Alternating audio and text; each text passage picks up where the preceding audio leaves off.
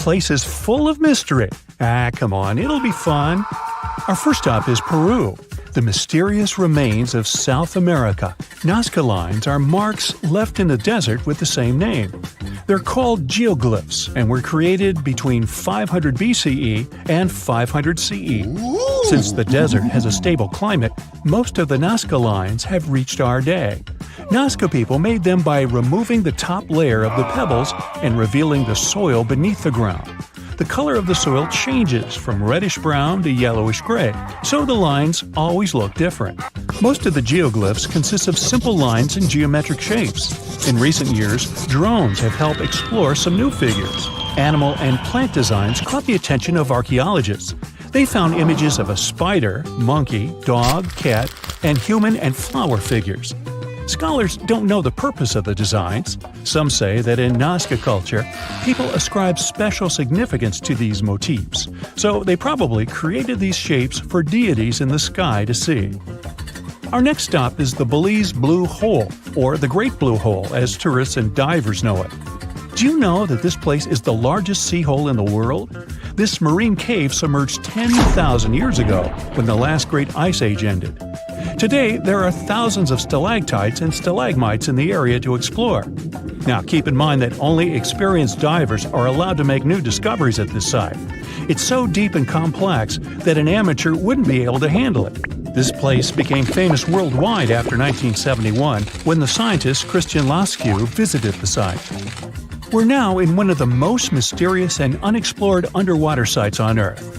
Okay, I'm not going to get into the legends of missing vessels and ghost ships, but I must say Dragon's Triangle has a frightening reputation among sailors and pilots.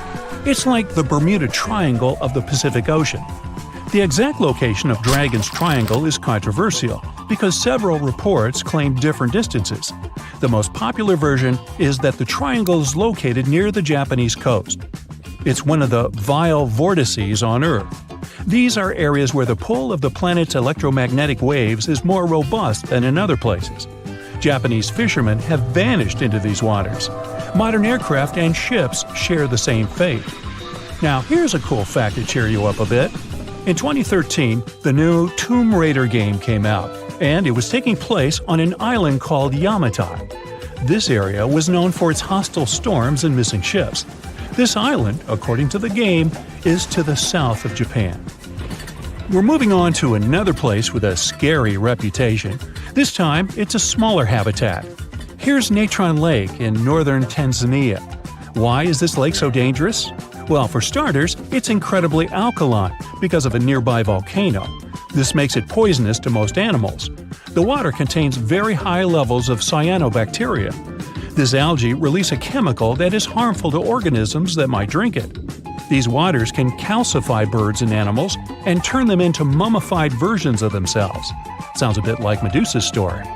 The lake is the final stop for most of the animals, but not for all of them. Flamingos, for instance, don't get affected by the alkalinity of the water.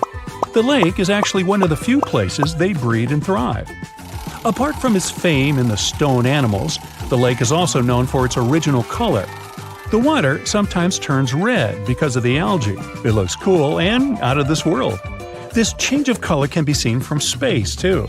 Some tourism companies added the lake's destination along with safari trips.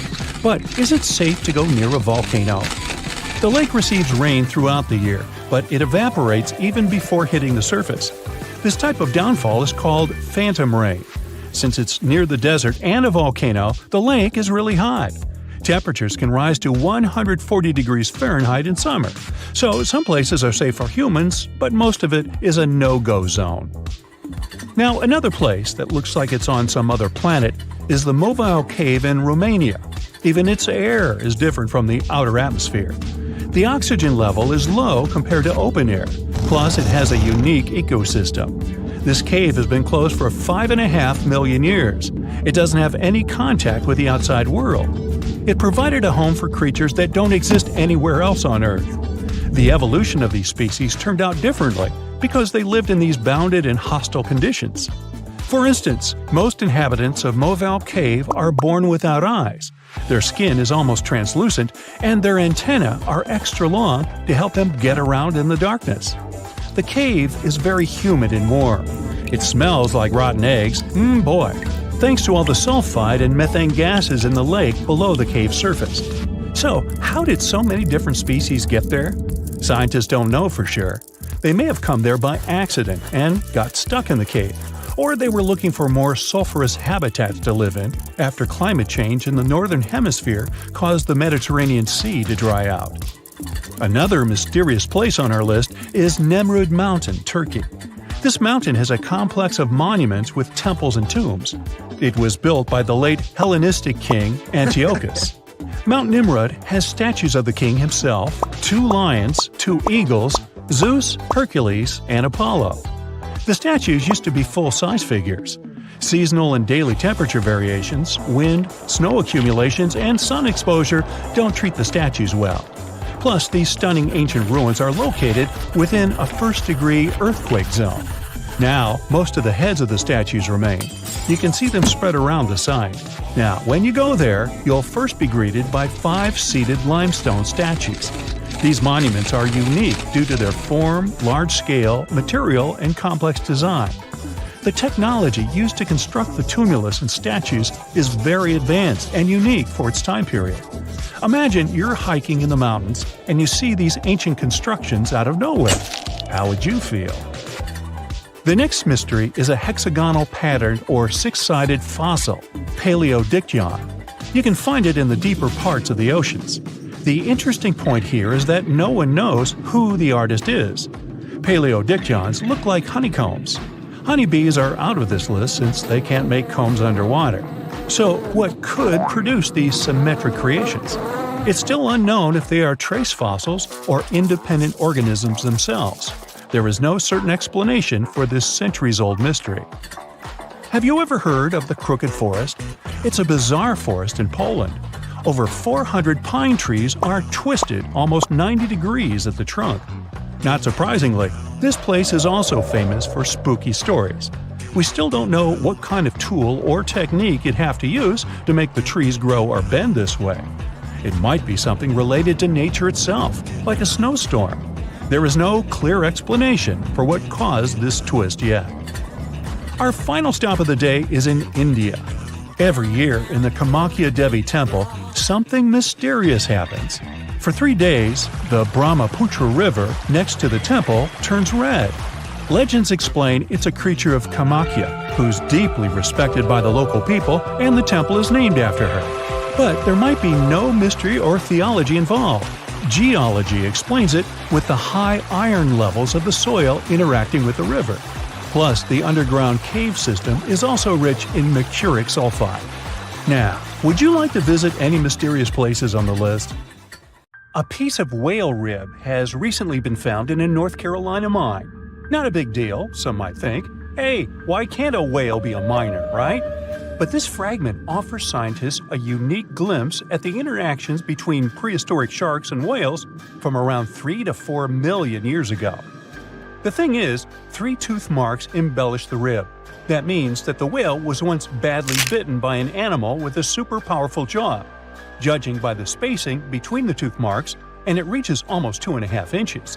This animal could be a megatoothed shark. I'm talking about the megalodon. Or it could be a different shark species which was around at that time. The curvature of the shark's jaw shows that the animal was relatively small, between 13 and 20 feet long. Yeah, small. As for the whale, it seems to be the ancestor of a great blue or humpback whale. Researchers are amazed. You don't usually expect to find evidence of animal interaction and behavior preserved in the fossil record. After examining the sample carefully, they concluded that the shark must have gone away with a mouthful, but the whale had survived because most of the fossil fragment is covered with what is known as woven bone. It quickly forms in response to localized infection. Such bone isn't particularly strong, and later the body remodels it into compact bone tissue. But it takes time. The presence of this bone means that the healing was incomplete and the whale passed away 2 to 6 weeks after the unfortunate encounter. On the other hand, its demise could have been unrelated to the infection and injury. Only a handful of fossils show such kinds of interactions between ancient animals. You can often find bite marks on fossils indicating where the animal passed away and its carcass was scavenged. But this fossil is one of a few examples that not only show a wound inflicted by another animal, but also demonstrate that the prey survived. All fossils are exciting for paleontologists. Yes, they need to get out more. But some might look terrifying to regular people. For example, look at this picture of tentacle arms and octagonal-shaped heads. When it first appeared in mass media, internet users claimed that it was some ancient organism that had come from space. Others thought the story was fake. But in fact, both the picture and the fossil are real. The fossil is known as a mortality plate, a fossilized representation of a mass extinction event of one or several species. The fossil actually contains more than a dozen specimens of a type of marine organism called a crinoid. Despite their looks, crinoids were not plants but marine animals. This particular species lived deep underwater on the seafloor. Crinoids were related to starfish, sea urchins, and brittle stars. These creatures could attach themselves to the seafloor with stalks made up of flexible porous discs connected by soft tissue. The stalks were hollow, and that's where the animal's nervous system was located. Crinoids absorbed oxygen through thin-walled tube feet. The creatures usually reached the length of more than 8 inches and had 5 arms lined with leathery-looking, tentacle-like structures. They fed on plankton and sloughed off organic material. Now, even though these fossil finds seem to be super exciting, few creatures in the fossil record confuse scientists as much as the Tully monster. This curious sea creature sported a toothy, trunk-like snout and eyes splayed out on a rigid rod. But the most bizarre thing? It has been impossible to classify. Researchers have been considering a variety of organisms, for example, segmented worms, swimming slugs, and primitive eel-like creatures, since the monster was discovered in 1966. Recently, they have even tried to connect it to some species of jawless fish with a backbone-like structure. A team of scientists from Japan has used high-resolution laser scanners to examine the anatomy of Tully monster fossils in 3D. They concluded that the enigmatic fossil might be an invertebrate after all, and still, the true identity of the creature remains elusive. In the 1950s, amateur fossil hunter Francis Tully found a ghostly imprint of a torpedo-shaped organism with a huge tail fin in the Mizon Creek fossil beds in Illinois. Tully had never seen anything similar to the torpedo structure. He took his find to Chicago's Field Museum of Natural History. Paleontologists working there were baffled as well. Since then, scientists haven't been able to determine where the creature fits on the phylogenetic family tree, or where they should spend Thanksgiving. In 1741, an explorer and captain named Vitus Johansen Bering led an expedition to map the coast of Alaska. The ship he was on got shipwrecked on what later became known as Bering Island, and they got hungry. Half the crew survived thanks to the discovery of an extremely large sea cow. With the meat of these animals nourishing them, the sailors managed to build a small ship from the wreckage and return home. On their way back, a scientist who was among them spent his time documenting the animals and plants they had found. The sea cow was particularly interesting because without it, the crew wouldn't have survived. These animals were more than 26 feet long and weighed around 10 tons. All sea cows are members of the order Sirenia, marine mammals more closely related to elephants than cows. The scientists described them as having black skin, a small head, and stubby forelimbs. Those sea cows floated on the water's surface, munching on kelp. After the information about these animals became widespread, sea otter fur trading expeditions made use of that convenient depot en route. Sea cows were docile and could be easily hunted. Long story short, within 27 years after the scientists mentioned those animals, they were driven to extinction. But it's not the saddest part. The fossil record reveals a much deeper and darker history. Fossils of sea cows have been discovered all over the world, from Japan to Mexico. It means that the animal once thrived in the vast kelp beds around the entire North Pacific Rim. That small population discovered by the expedition was probably the last remains of a once much larger and way healthier population.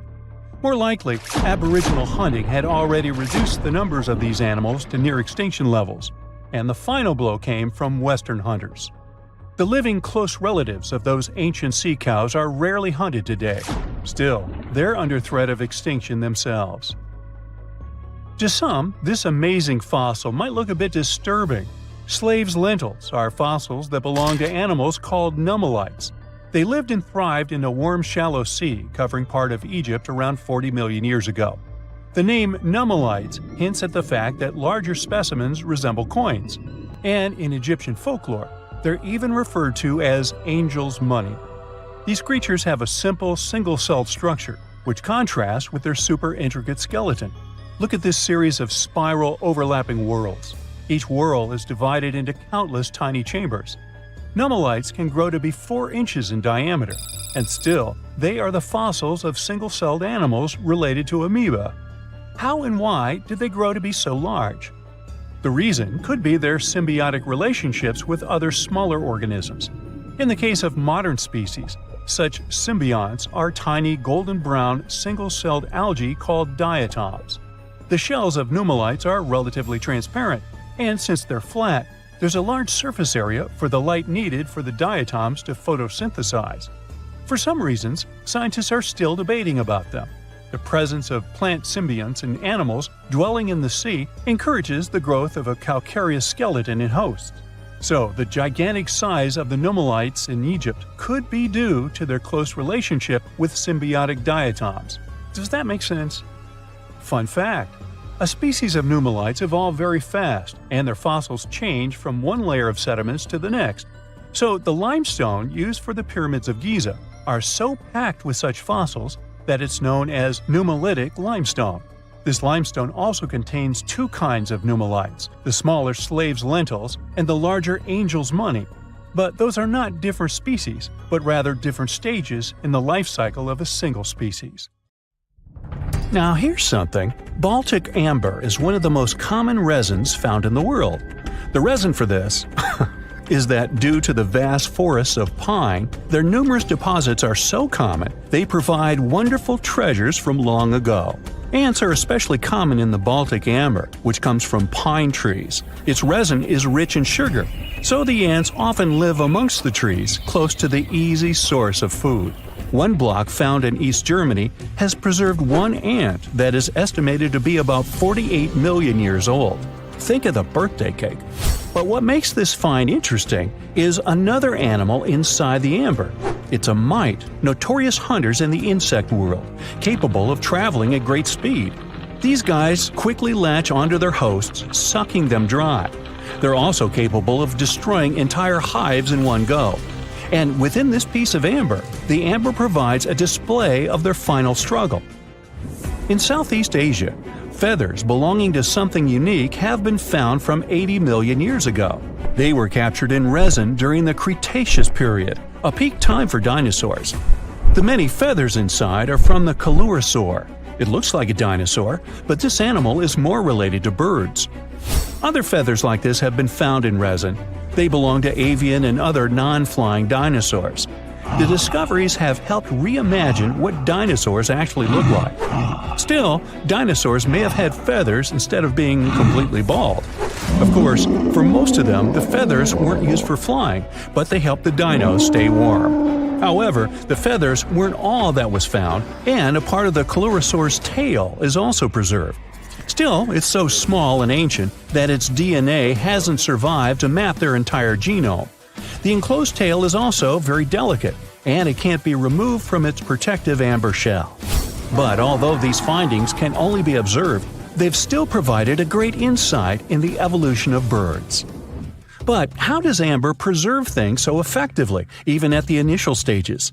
The trees produce the resin to protect any small gaps in the bark against feeding insects. Its antiseptic nature and lack of water content ensures it doesn't degrade for a long time. This also makes it more resilient as it petrifies over long periods, eventually becoming a fossil. Some of the oldest amber ever found was from the Triassic period, showing how long it can last. The pieces from Italy are about 230 million years old. And inside one of these ancient droplets holds the oldest arthropod ever recorded. This mite found inside has provided a broader understanding to their evolution. Today, they're known to mainly annoy gardeners by feeding on the petals of flowering plants. However, at the time the mite was caught, flowers didn't have any petals, and it would be without this tasty meal for another 100 million years. Now, 100 million years ago, Myanmar was part of Gondwana, the great supercontinent. At that time, Myanmar wasn't part of Asia yet. But it was still lush with a great forest, which contained many species of lizards that lived amongst the undergrowth, hiding away from dinosaurs. Many of them have been stored within amber.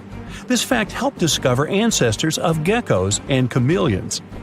By using CT scans, scientists have analyzed them, providing a glimpse into the formation of their scales, teeth, feet, and claws. It also provided an understanding of how these archaic creatures once appeared. Although mostly pieces of lizards, by using modern technology, the scientists have been able to create 3D images of the lizard. These images can reveal how those guys appeared in their full form. The images show that they still retain some of their exact features to this day, like the chameleon's sticky pads used for climbing. A salamander fossil from around 20 million years ago is one of the most intact specimens ever found in amber. Details of its final moments show that it had been attacked before getting stuck in the resin. However, what's confusing about this find from the Miocene era is that the amber was found in the Caribbean, but it came from a tree that's closer related to those from East Africa. The lizard also has ancestry from the same area. Finds like this have opened a whole new understanding about how these small lizards migrated. It's expected that they would have ridden fallen logs, which took them across the seas to new homelands, not only to the Caribbean, but to all continents except for Antarctica. Nobody goes there, it's too cold. In the Dominican Republic, you can find some of the rarest of all ambers. This Dominican amber came from neotropical forests from around 20 million years ago. Many of the trees that made the resin are now extinct. The amber is almost completely see-through and can come in an array of beautiful colors. The most common colors are red, yellow, and even blue, and are easily mistaken for gemstones. One was found with a flea caught in it, dating to when the forest was at its peak and the mammalian variety thrived. Fleas were likely common at the time, and this flea in particular had recently fed on a mammal before getting stuck. However, something more intriguing was found within the flea. While scientists checked what mammal DNA was within the flea, they found that it was carrying an ancient bacterial blight. These blights have been constant throughout Earth's history, dramatically decreasing populations of animals and plants. This now extinct blight in the amber helped scientists determine how much the bacteria have evolved and how it spread. Now, most remnants of insects inside amber aren't much more than the exoskeleton bodies. But with some found in Myanmar, they were so well preserved that even the color of the insects is still intact. Colors in nature appear in three different ways. The first is bioluminescence, that's produced by a chemical reaction within a living organism. The second is about pigments, where the color appears in an animal or plant tissue. The third is called structural coloration, and the production of colors here is explained by microscopic surfaces fine enough to react with the light. The rare insects in amber were found in the form of structural coloration, but only at specific wavelengths. It all explains the very intense colors rarely found. 99 million years later, these bugs can still show their vibrant colors – blue, purple, and green. Some of them appear so different in color and shape that they almost look like they're from another world. Which of course they are, a very old one. Ants have been around for about 168 million years, based on fossil evidence provided. They're well known for their social hierarchies and their hive mind system. They've dominated almost every corner of the insect world, but when these social capabilities came about have been difficult to determine. Yet, recently, amber dated from 100 million years ago has shed some light into their evolution. Several amber pieces have preserved various ant types, including the worker ants, guardian or soldier ants, and even a queen ant. Before these pieces were found, it was estimated their social nature occurred millions of years later. A piece of amber, dated 100 million years ago, helped shed light on the evolution of birds. A perfectly preserved bird that hatched preserved in amber was already equipped with its flight feathers. With the earlier physical abilities, they would be capable of moving around the nest by themselves at a very young age, and it's expected they could search for their own food almost immediately. But as birds continue to evolve and spend more time in the skies, their brain developed larger for their cognitive abilities.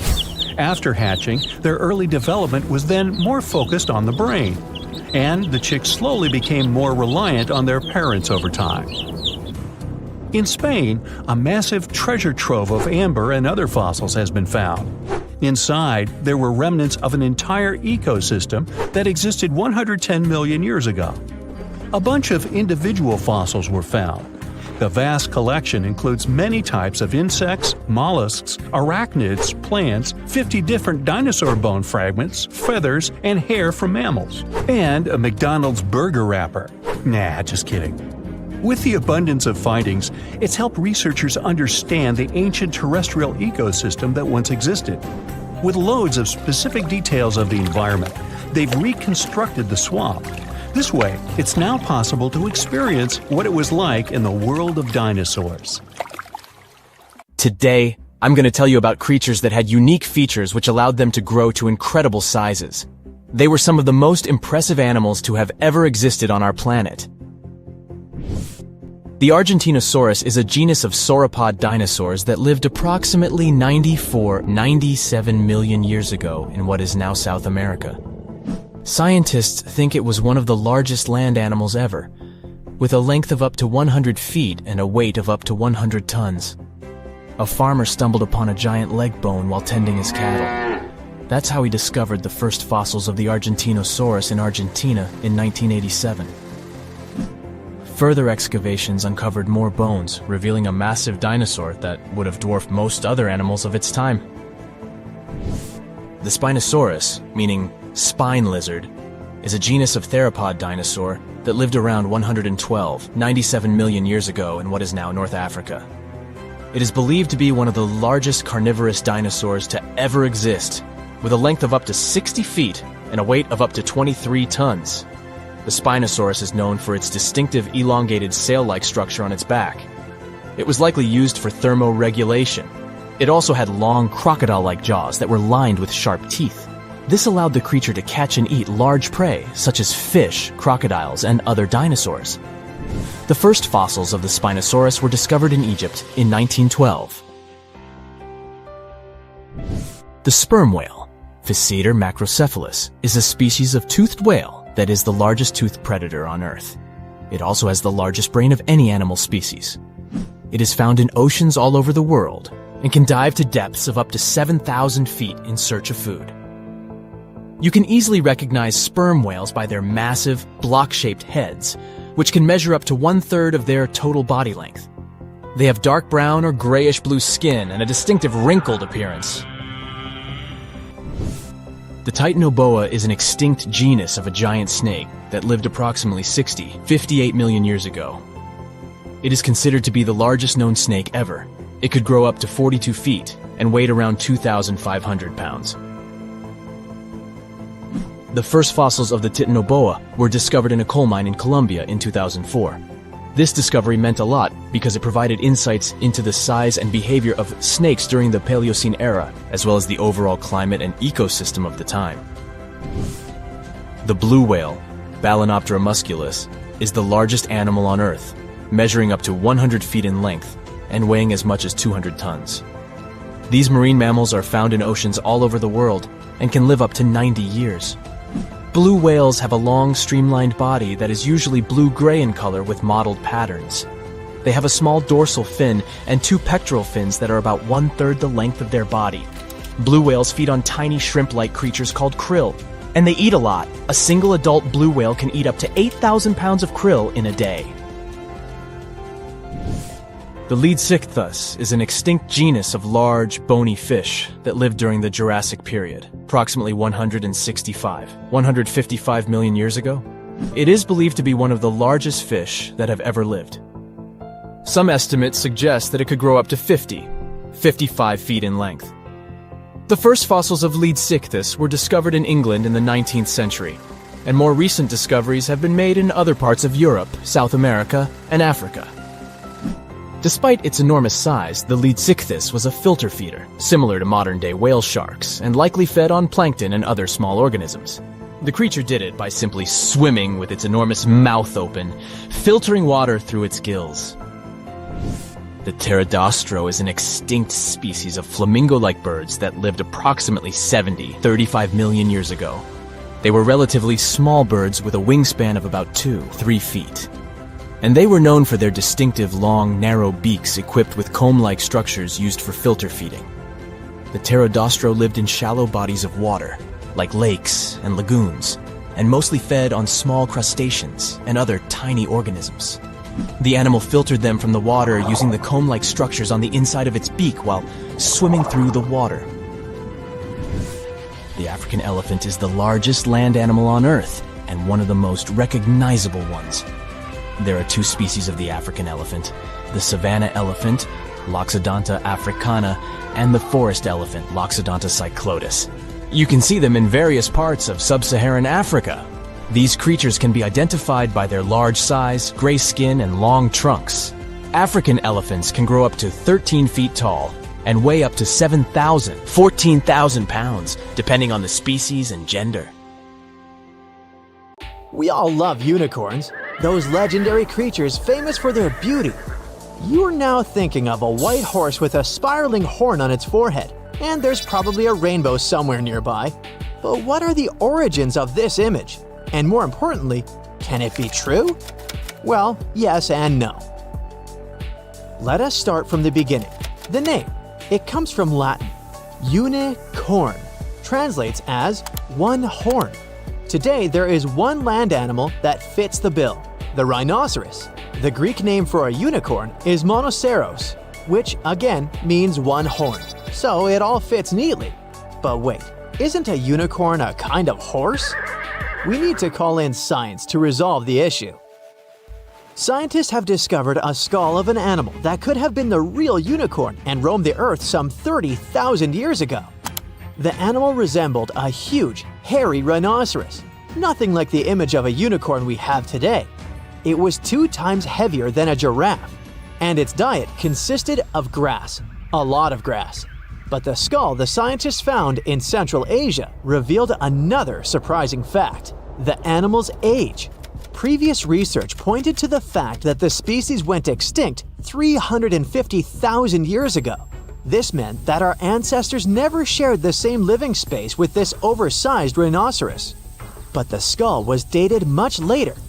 This dates the animal right around the time when humans were already there. This is where the legend begins. Imagine you're a prehistoric human who had just seen a unicorn. What would you do? It's not like you can take out a smartphone and snap a picture of it. No, you would probably paint it on a cave wall. Such drawings have survived to the present day. In France, there's an image of an animal that seems to have a single horn. It's in the Hall of the Bulls. All the other animals there have 2 wavy horns, but the mysterious spotted animal has 2 lines on its head. Do these double lines represent a single horn? Is this the famous unicorn? Perhaps. The name of the drawing is the Unicorn Panel. But images of unicorns don't only exist in cave drawings. In the Indus Valley, scientists have found various seals featuring a mythical animal with a single horn. Ancient Greek writers believed that unicorns lived in India. Back then, this region of the world was exotic to them. Although ancient Greeks never saw a unicorn, they had a pretty detailed description of the animal. They even recorded that the meat from this creature had a bitter taste. But was it a horse or a rhinoceros? Neither. For Greeks, the unicorn was a kind of a donkey. Go figure. In Chinese mythology, there's a similar creature. Its name translates into English, means male-female. The animal's description resembles a unicorn. A single horn on its forehead, the tail of an ox, and the body of a deer. It feeds on vegetation, just like the ancient rhinoceros from Central Asia. When the first giraffe was presented to the Ming Emperor, they described it as a unicorn. The ruler concluded that the animal definitely wasn't the mythical unicorn, but the legend lived on in that part of the world. The modern Japanese word for giraffe comes from the Chinese word for the unicorn-like creature. Ancient Persians also knew about the existence of unicorns. There's a picture of a unicorn in their capital city, but the fun part is that it has 2 large wings. Seems odd, but the Persians also never saw a unicorn in person. For them, like for the Greeks, it was a being that lived outside the known world. That's the reason why we're so fascinated by unicorns today. We find accounts of such creatures in the writings of Aristotle and even Julius Caesar. These famous people claimed that animals resembling unicorns lived in the forests of Germany. The modern image of a unicorn originated in the Middle Ages and the Renaissance in Europe. People back then had quite the imagination. They showed unicorns in book decorations. According to ancient scribes, this animal was ferocious. Its main enemy was the elephant. The people in medieval times thought highly of an animal they had never seen. It was quick and dangerous, so it needed to be hunted down. But how on earth do you lure a unicorn? With the help of a fair maiden, of course. This sounds strange today, but keep in mind that the Dark Ages were a peculiar period in history. Back then, doctors used leeches as legit medical treatment. The perfect setting for the myth about the unicorn. The story gets wilder. A maiden would go inside a forest. A unicorn would spot her and jump inside her lap. After it fell asleep, hunters would appear. They would then capture the unicorn and take it to the king. But why were Europeans impressed by the unicorn? Because of its horn. They believed that it had magical power. A unicorn's horn could detect poison in food and drinks.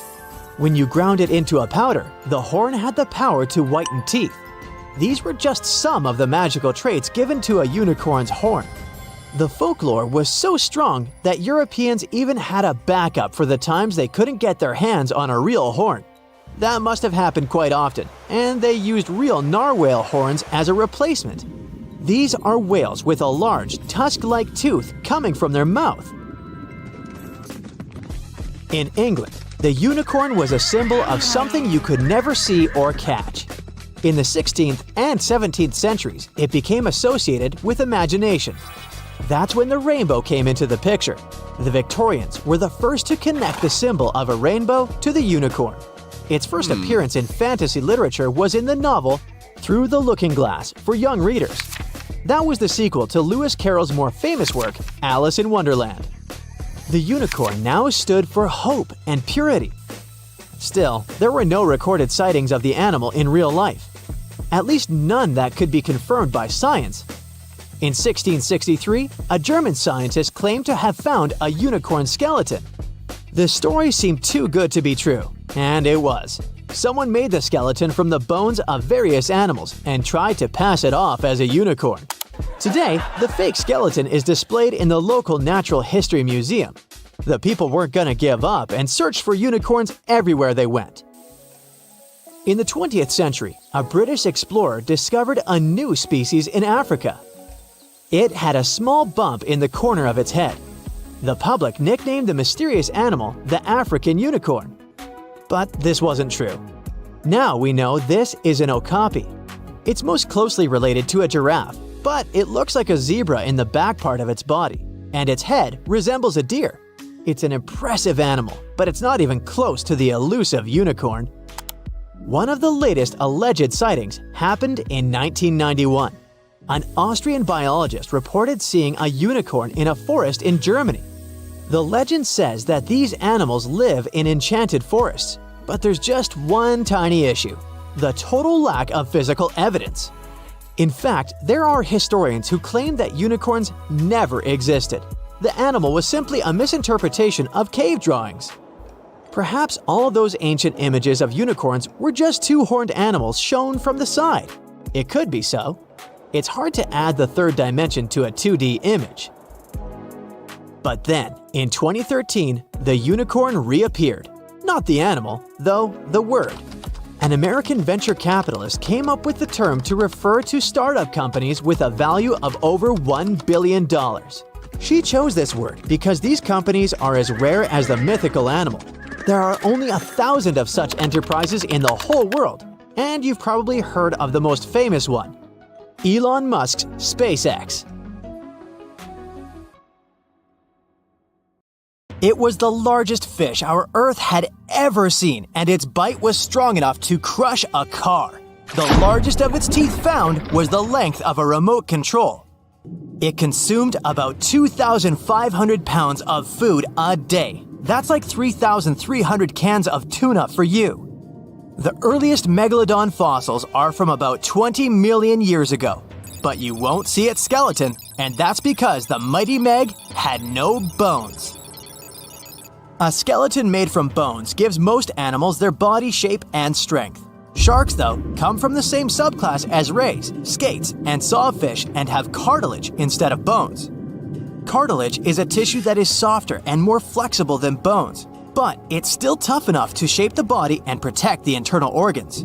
Some areas are more flexible, since cartilage is weaker, and some, like the shark's head, are much tougher thanks to calcified cartilage. Their snouts, though, are made of really soft and flexible cartilage to work like a bumper in case of a collision with some dangers. Who knows if they'd be able to do all this with a heavy skeleton? Plus, cartilage makes their jaws more flexible, and they can open their mouths much wider than they would with a jaw made of bone. Our hero, Meg, was no exception, and it had the strongest bite of all living creatures, which was also made possible by a skeleton made of cartilage. Sharks take full advantage of their cartilage. It helps them swim and turn fast while hunting. One drawback of this type of skeleton is that it was really tricky for scientists to establish the shape and size of Meg. Normally, they would do it using fossilized bone skeletons or their parts. With Meg, they had to guess based on the teeth they found and comparisons with living relatives. A more recent 3D computer model was based partially on scans of a preserved spine discovered in the 1860s. The model showed that Meg was bigger, faster, and even hungrier than scientists had previously thought. Looks like an average megalodon was 52 feet long. That's slightly bigger than the height of the Hollywood sign and weighed 10 times as heavy as an elephant. There were also much bigger creatures. Scientists still aren't sure how the megalodon got this size. The fact that there were bigger and smaller Megs probably has to do with a little something called Bergmann's rule. It says that the temperature of the surrounding environment affects the animal's body size because they either need to conserve or shed heat. The megalodons that reached cooler waters probably needed more body weight to make sure they survived in low temperatures. Those living in warmer waters had to be smaller to avoid burning up. If the researchers were correct in their calculations, it also means that Meg reached a cruising speed of over 3 miles per hour, which is much faster than other sharks. The still-living great white shark can cover a distance of nearly 7,000 miles without stopping, which is 9/10 as long as the diameter of Earth. It looks like the megalodon could have gone much further. Megalodons managed to survive on our planet for nearly 70 times longer than humans have. They were roaming the oceans for around 20 million years, and you could see them pretty much anywhere except near the poles. Scientists discovered the most northern fossils off the coast of Denmark and the most southern in New Zealand. The reason why there were no megalodon teeth found in Antarctica is most likely that these adapted to only warm tropical and subtropical waters. The younger ones like to keep to the shores, while full-grown adults preferred coastal areas, but they could easily move into the open ocean as well. When our planet went through a period of global cooling and drying, and the seas began to freeze around 3.6 million years ago, there was less and less room for Meg to thrive. Much of their prey, like smaller whales, seals, and sea turtles, disappeared or relocated to waters that were too cold for our hero.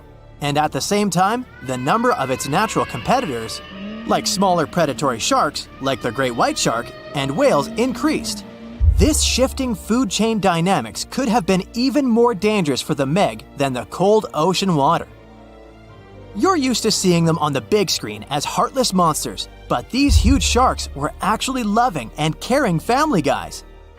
Scientists discovered several megalodon nursery areas in Florida, Maryland, Panama, and off the coast of Spain.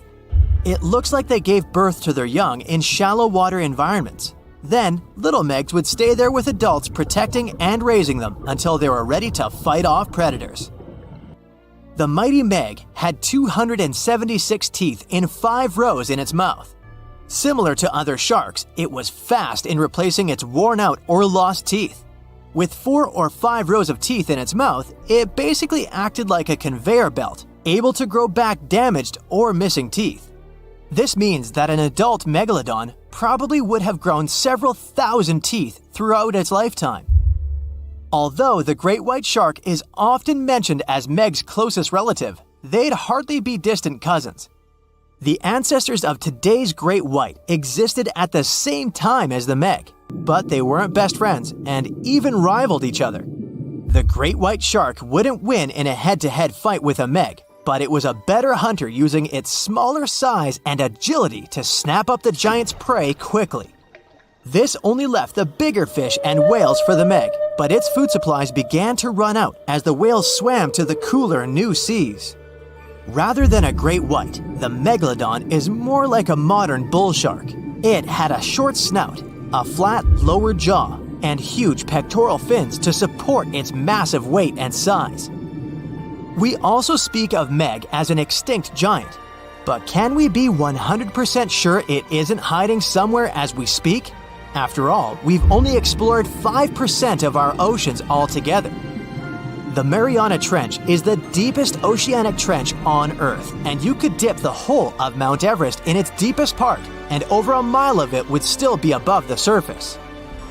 If a megalodon or two needed a place to hide, that would be the perfect spot. It wouldn't be the coziest place to live, though, with its cold water and total darkness. Plus, the pressure there is 1,000 times stronger than at sea level. So, if a Meg really were hiding down there, it would have serious issues with its teeth, because calcium would dissolve under that pressure. To survive here, it would also need to learn to navigate in complete darkness. That means it would have either become bioluminescent or evolve to grow massive eyes like the giant squid. If the Meg were still around and true to its dietary choices, it would have to eat smaller fish, and that would be a problem for us humans. Especially those of us who love fish, that is. And the ocean isn't cooling down these days. The megalodon would love its temperature and would thrive and reproduce faster than ever. Those giants would create some massive problems for cargo ships and cruising vessels. In case you're now scared at the thought of meeting a megalodon, relax. Most scientists don't think it's possible because of our hero's size. Most foods that megalodons like to eat live in shallow ocean areas and not in the deep, deep sea. Meg would need to come up for dinner every now and then, and it's kinda hard to miss a creature this big. They're both giant prehistoric creatures to us, but the megalodons and the dinosaurs never actually coexisted. The dinosaurs probably died out about 66 million years ago. Megalodons seem to have appeared a bit later. Hygiene practices have been on this planet for as long as there's been life. Even those initial single-celled organisms felt icky when they got dirty, so they made shields and developed mechanisms to kick out unwanted guests, such as bacteria. Animals are surprisingly clean too, especially pigs, out of all animals. Turns out they're particularly good at keeping their space tidy. Domestic pigs, for instance, pick a spot for their toilet business that's a good distance from where they eat or sleep. Humans have a long, and at times icky, history with hygiene too, which can be traced as far back as our ancient cousins, the Neanderthals. There's evidence that even over 60,000 years ago, they seemed keen on keeping their pearly whites in good shape. 2 fossilized Neanderthal teeth tell this story through some weird grooves, which were obviously made by something pointy, like a toothpick of sorts. Then there's Venus of Willendorf, this tiny ancient statue, around 25,000 years old, discovered in Austria. Its whole purpose remains a mystery. Scientists don't even know if it was an art piece or if it had some spiritual significance. But it does give us some indications on ancient hygienic practices. Now, there's no way to confirm, but those bumps and grooves on the statue's head might represent braids.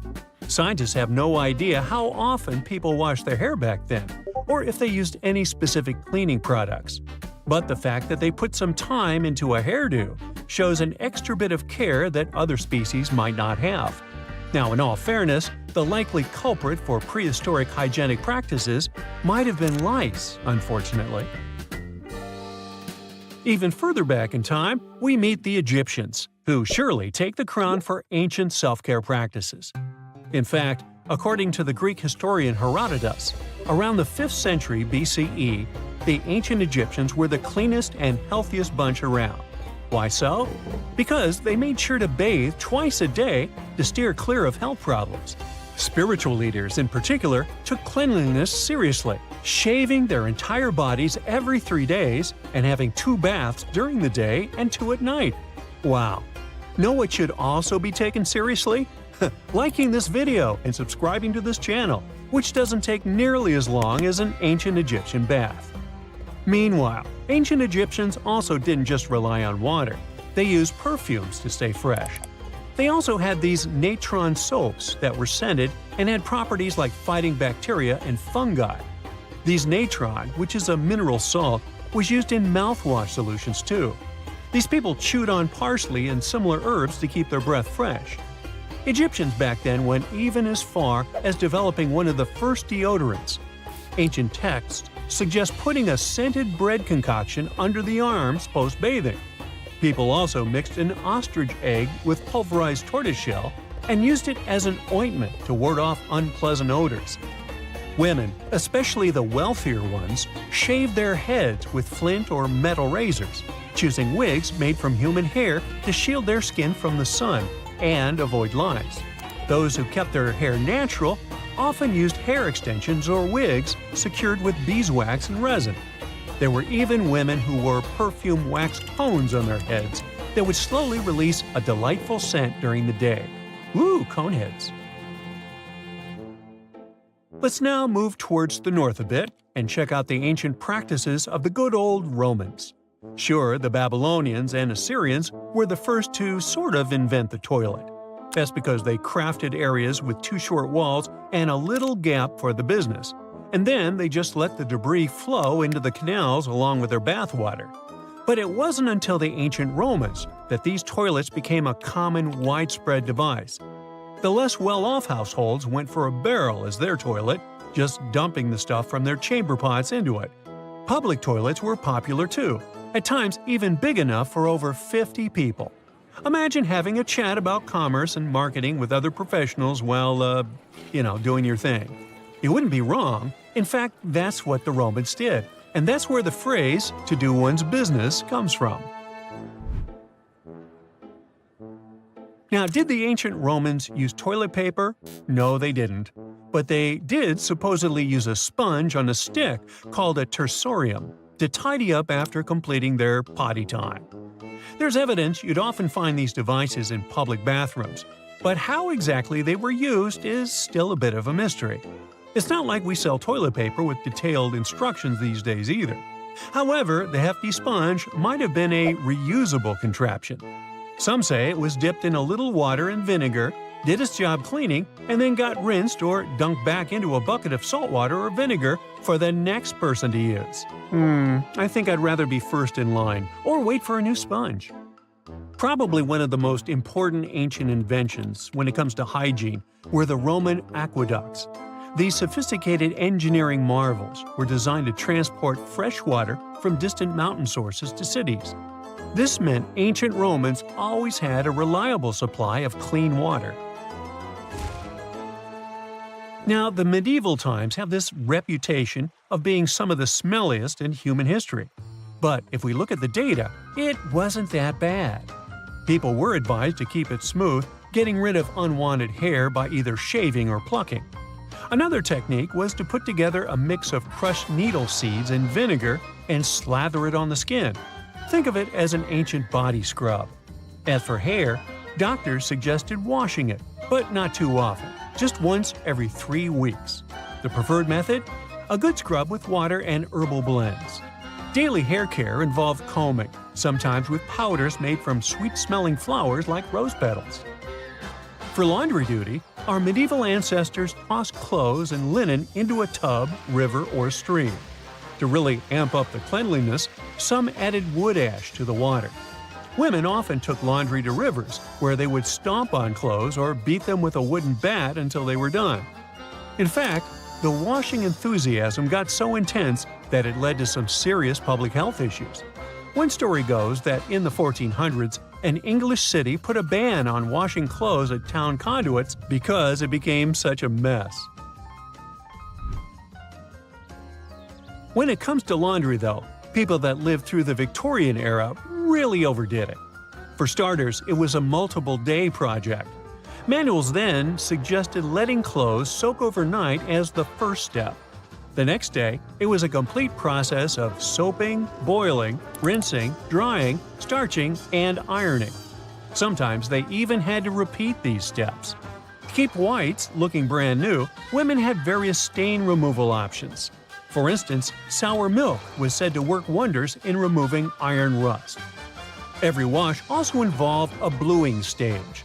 White clothes were boiled or scalded with water that had a touch of blue dye.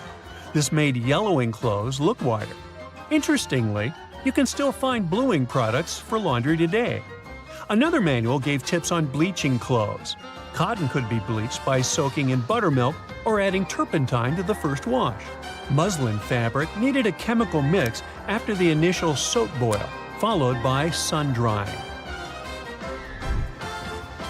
At about the same time lived one of the most beautiful women in history, Sisi of Austria. She became renowned for her personal hygiene and self-care routines. Her most recognizable attribute was this thick chestnut hair with an incredible length, down to her feet. It took her 3 hours per day just to manage it. Every morning she'd have a cold bath, a massage, and then she'd sit down in a chair for hours, letting her hairdresser do her job. Sisi's skincare regimen was equally as outrageous. Obsessed with keeping wrinkles at bay, Sisi put crushed strawberries to her hands, neck, and face.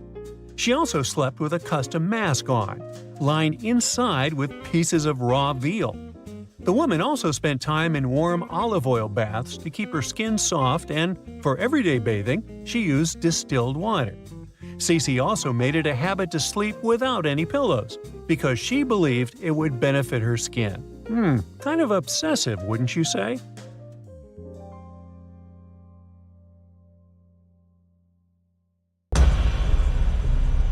Over 100 million years ago, dinosaurs were all the rage, and mammals cowered in their huge shadow. But then, there was a badger-like creature that lived in Asia at the time, where most mammals were small and quick to get away from trouble. The Repenomamus was way bigger. It was the size of a large dog. Researchers think this creature wasn't too fast because it had short legs, but it was surely a carnivore, and surprisingly, there were dinosaur remains found in its fossilized belly. Turns out mammals were already evolving to rival the huge reptiles, and Repenomamus was one of the first to hunt them down instead of being hunted. It's not clear yet if the giant badger was a hunter or a scavenger, but it was big and bulky enough to be both. Dinos beware. Then there was the Opabinia. You could easily carry it around with you, but whether you'd want to is another matter, because it had not one, not two, but 5 eyes. The Opabinia looked so strange that when scientists reconstructed it in 1972, they first burst out laughing. The Opabinia had a trunk-like mouth which it used to fish around the mud for food, but because it didn't have teeth, it probably only ate soft food. The terror bird, a large carnivorous bird that looked like it stepped out of a horror movie. It had a sharp beak that had the force of a sledgehammer, which wouldn't have been good news for its prey. The terror bird was one of the most dangerous predators in South America during its time. It was a flightless bird, but it was also a very fast runner. The only way to outsmart it was to take sharp turns while running, for these birds could only run fast in a straight line. The megalodon was the largest fish that ever lived. Female megs were nearly twice as large as the males. Its name, megalodon, means big teeth, and no surprise, its teeth were 3 times larger than those of the great white shark. The megalodon appeared after the dinosaurs became extinct. Now, it's extinct too, but when it was alive, it seemed to have lived in nearly all parts of the world, except Antarctica. If you thought modern-day piranhas are bad, you should have seen the mega piranha that lived in South America millions of years ago. If you compare its size to a dog's, it was as long as a golden retriever and weighed as much as an adult cocker spaniel. The mega piranha could exert a force up to 50 times its own weight. Pound for pound, that's more powerful than even the T-Rex's bite. There were lions in North America that disappeared around 13,000 years ago. This was around the same time that mammoths went extinct. These lions were almost 25% larger than those of today. Fossils of these ancient lions were discovered in the La Brea tar pits in Los Angeles, along with many other interesting creatures. An armored fish, the Dunkel osteus, didn't have teeth, but that didn't matter because it had razor-sharp bone protrusions that were like a pair of shears. It could snatch its prey by opening and closing its mouth at a speed of 50 milliseconds. Some scientists believe the Dunkel osteus swam sideways like an eel. Fossils of this fish can be seen in many museums all over the world. The Titanoboa was the largest snake ever discovered. This giant crushing machine was even able to consume a crocodile. It lived 60 million years ago in the tropical forests of South America and looked more like a boa constrictor, but acted like a water-dwelling anaconda.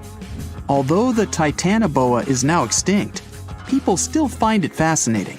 There is a full-scale replica of it in Midtown Manhattan.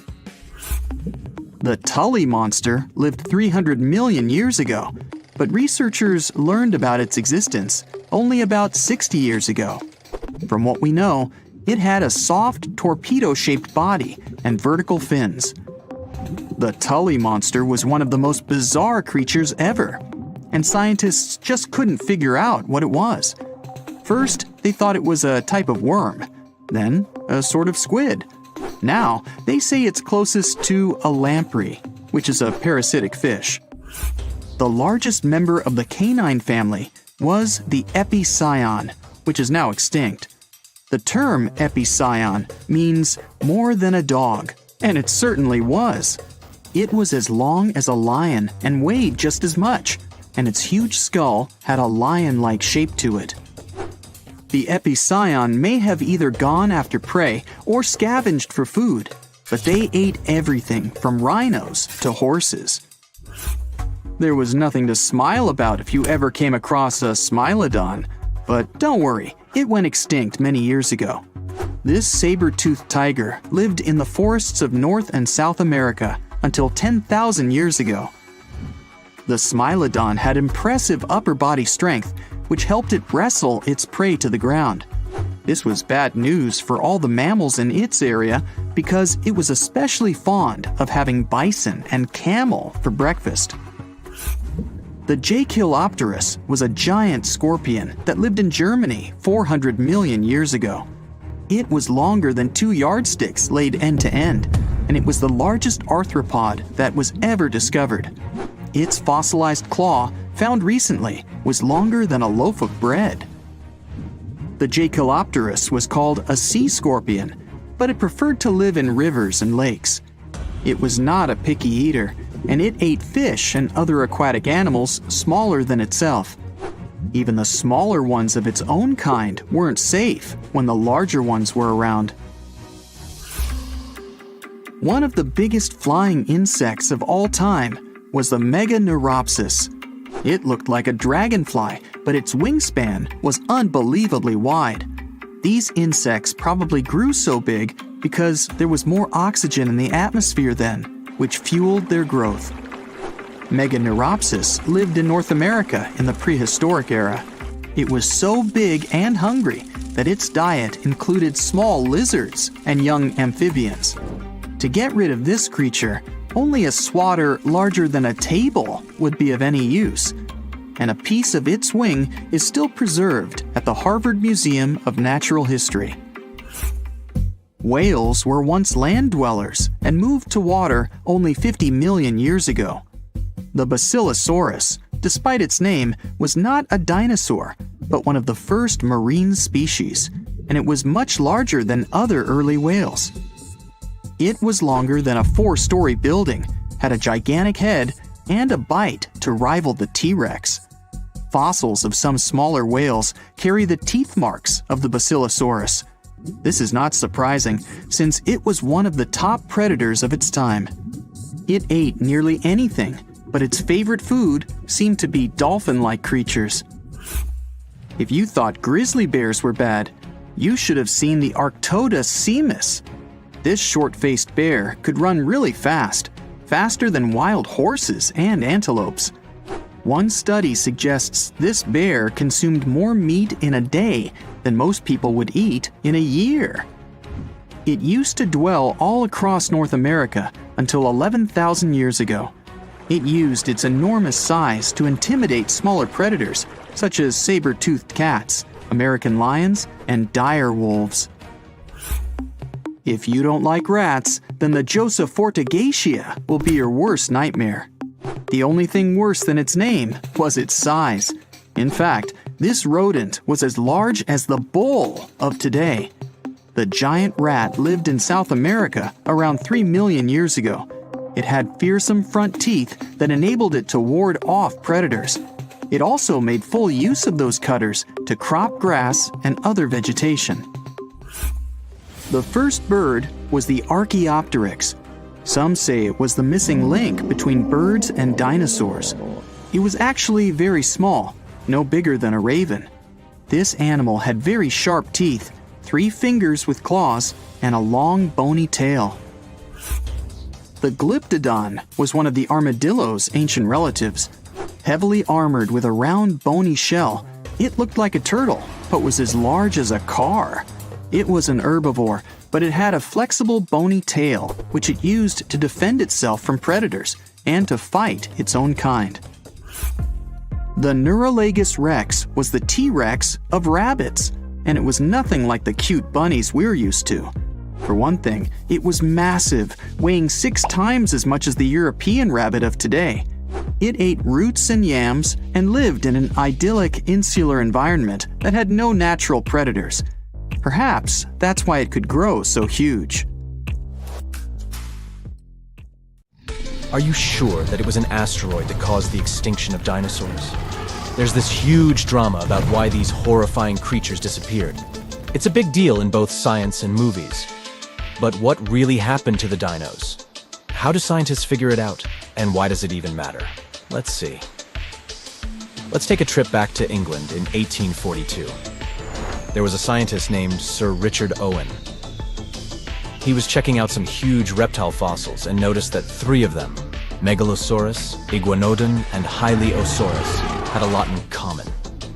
So he had this light bulb moment and decided to combine all these creatures into Dinosauria, which means terrible lizards in Greek. The scientists were studying dinosaurs and grouping them based on their looks.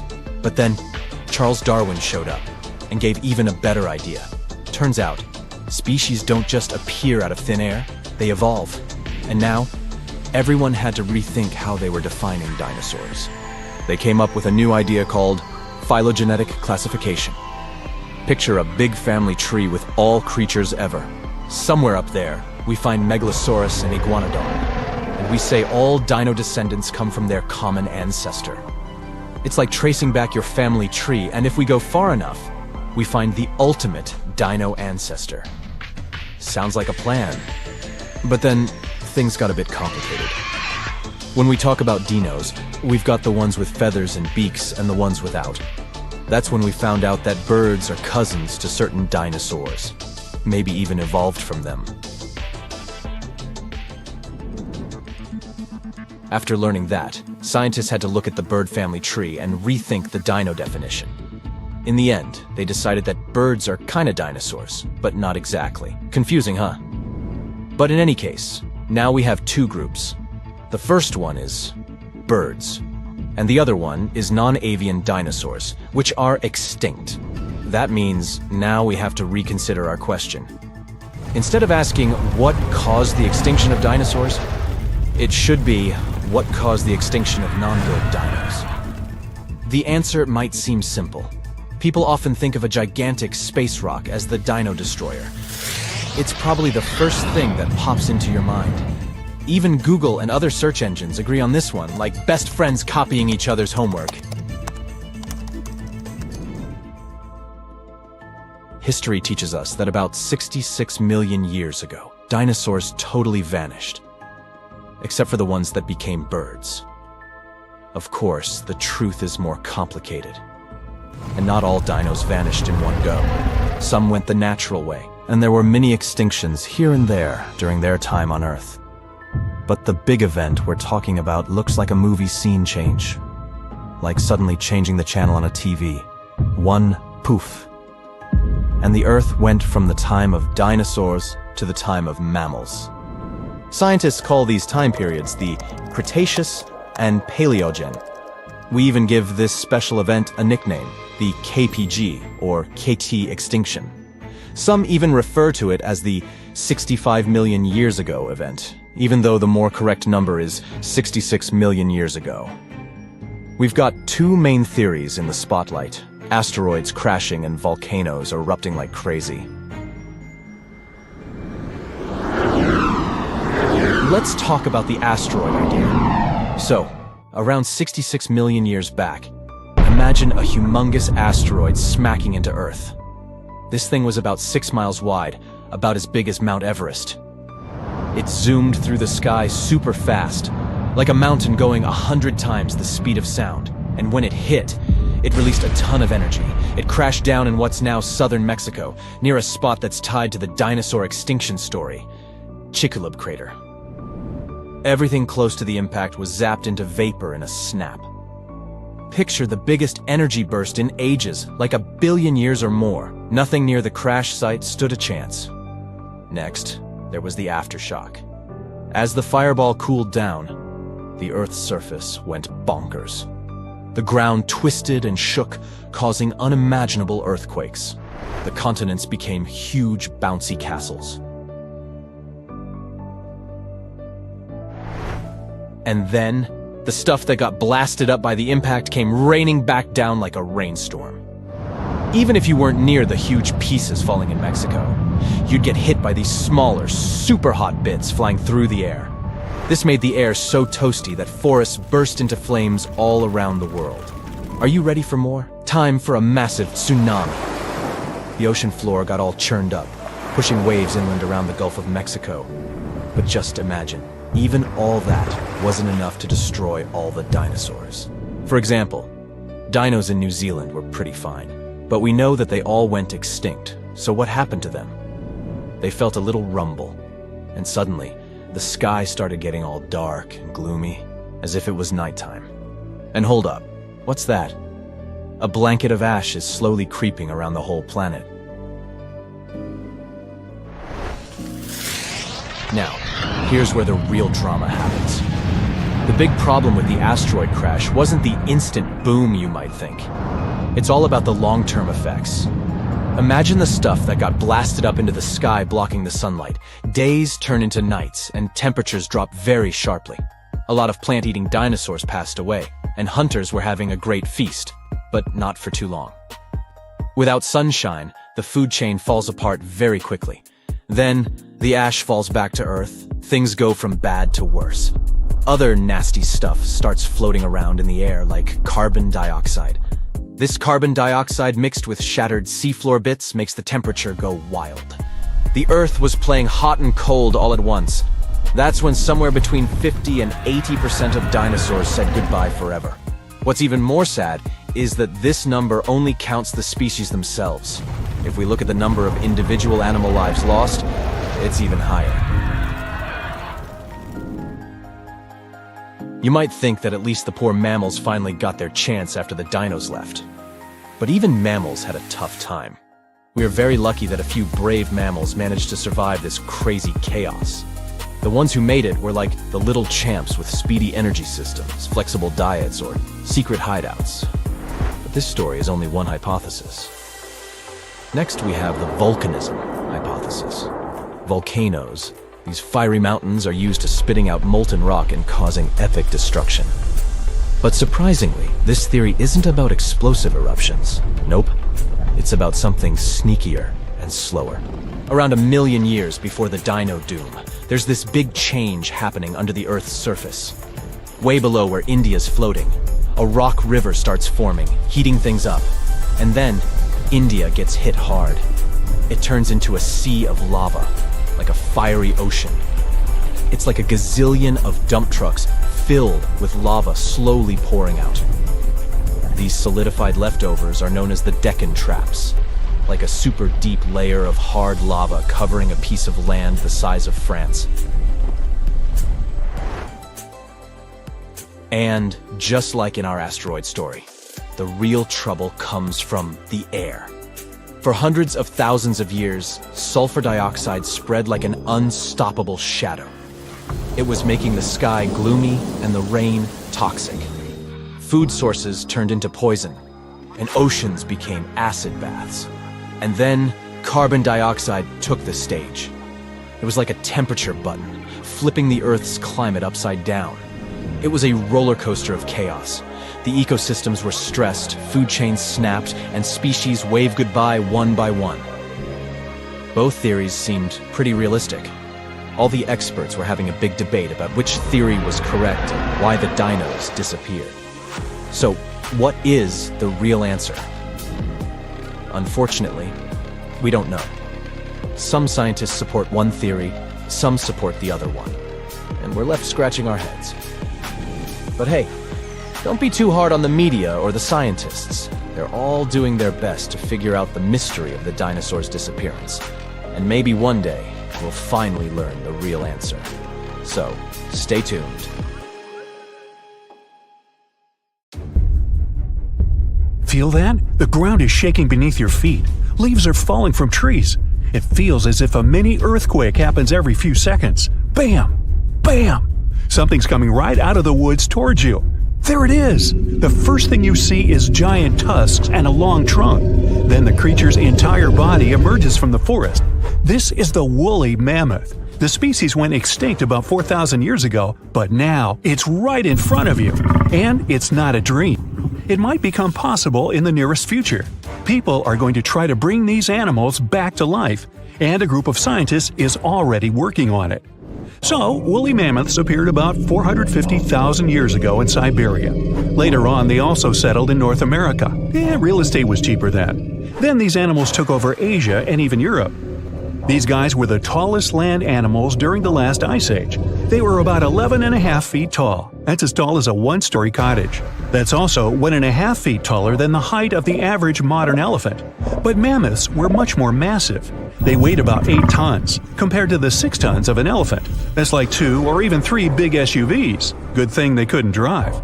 Mammoths were so heavy because they had larger heads, as well as longer and more curved tusks. These animals lived in the cold tundra. That's why they needed a layer of fat that was at least as thick as a shoebox. But even that wasn't enough to withstand the cold. So mammoths had dense wool that grew to be as long as a cell phone charger cord. In the winter, the wool on the sides and belly of the mammoth formed something like a skirt, so the animal could lie in the snow and it didn't freeze. Mammoths spent most of their time looking for food, like me. To build up that thick layer of fat and keep their body temperature constant, they needed to eat about 400 pounds of food per day. That's the weight of 2 wild boars. But mammoths were herbivores, which means they ate grass and willow or pine branches. But after the Ice Age, the warming began. The tundra, where mammoths live, began to turn into swamps. The amount of food was decreasing. This caused a drop in the population of woolly mammoths. And now, scientists want to bring mammoths back to life. Using genetic engineering, they hope to recreate the mammoth using its DNA. Of course, this doesn't mean they will create the animal from scratch in a lab. First of all, they need a creature that resembles the woolly mammoth as much as possible. The answer is the Asian elephant. Both the mammoth and the elephant came from the same common ancestor millions of years ago. Their DNA is 99.6% the same. So, scientists only need to add several missing genes to the elephant DNA. This will provide them with fur, necessary fat, long tusks, a large domed head, and other distinctive mammoth features. And the best news is that we do have the mammoth DNA. These animals lived in colder parts of our planet with never-ending winter. This eternal refrigerator has preserved not only mammoth bones, but also their genetic material. Scientists have managed to identify about 60 specific genomes that can help recreate mammoths. The most difficult step is to bring this creature into the world. One option is to remove some DNA elements from an elephant's egg and replace them with mammoth DNA. But this would require a surrogate elephant mother. It would carry the baby for about 2 years, and then the first mammoth would be born. But scientists question this option. Creating a herd of mammoths would take decades and require too many surrogate mothers. Another option is to make an artificial womb. Nowadays, there are successful cases of creating a sac in which an embryo can safely develop. The main problem here is the sac itself. It has to be large and strong enough. It'll hold a developing mammoth baby for 2 years. In the end of this period, it'll have to withstand the weight of about 200 pounds. But it's also important to remember that elephants live in a matriarchal society, just like mammoths did. And when an elephant is born, the first thing it sees is its mother. Their connection remains strong for many years as the baby elephant grows. So many people say that such a way of growing a mammoth is highly unethical. But scientists continue their research. They insist that their goal is to improve the already existing genetic engineering technologies and apply them in the future. This way, we can save endangered animal species. But why should we bring woolly mammoths back to life in the first place? Some scientists believe that these animals played an important role in the planet's ecosystem. These days, the tundras of Siberia and North America are gradually warming up and releasing a lot of carbon dioxide. This contributes to the greenhouse effect, which warms up our planet even more. These tundras are now heavily overgrown with moss. But thousands of years ago, when woolly mammoths roamed these areas, tundras were more like pastures. Mammoths trampled moss and felled trees. They were some sort of ecosystem engineers. It's believed that the return of mammoths to these areas might help bring them back to their original state. Restored pastures will keep the soil from eroding. They may even be enough to decrease the production of harmful carbon dioxide. Recently, ecologists have brought many bison and other animal species to the vast expanses of Siberia for the same purpose. But some scientists believe that woolly mammoths would do a much better job. If this experiment turns out to be successful, people would have an opportunity to bring back to life a huge number of extinct animal species. Unfortunately, there's a limit to how long animal DNA can survive in fossils. If these fossils are hidden a few feet underground, DNA can last from 1,000 to 10,000 years. If the fossils, let's say, are in the ice in the Antarctic, DNA can remain intact for several 100,000 years. Unfortunately, it means we would never be able to recreate dinosaurs. They went extinct about 66 million years ago, and people just don't have any access to their DNA. But we could bring back some animals that disappeared not so long ago, like moa. It's a species of flightless birds. The largest of them was as tall as the woolly mammoth and weighed as much as a scooter. But the smallest species could be the size of a turkey.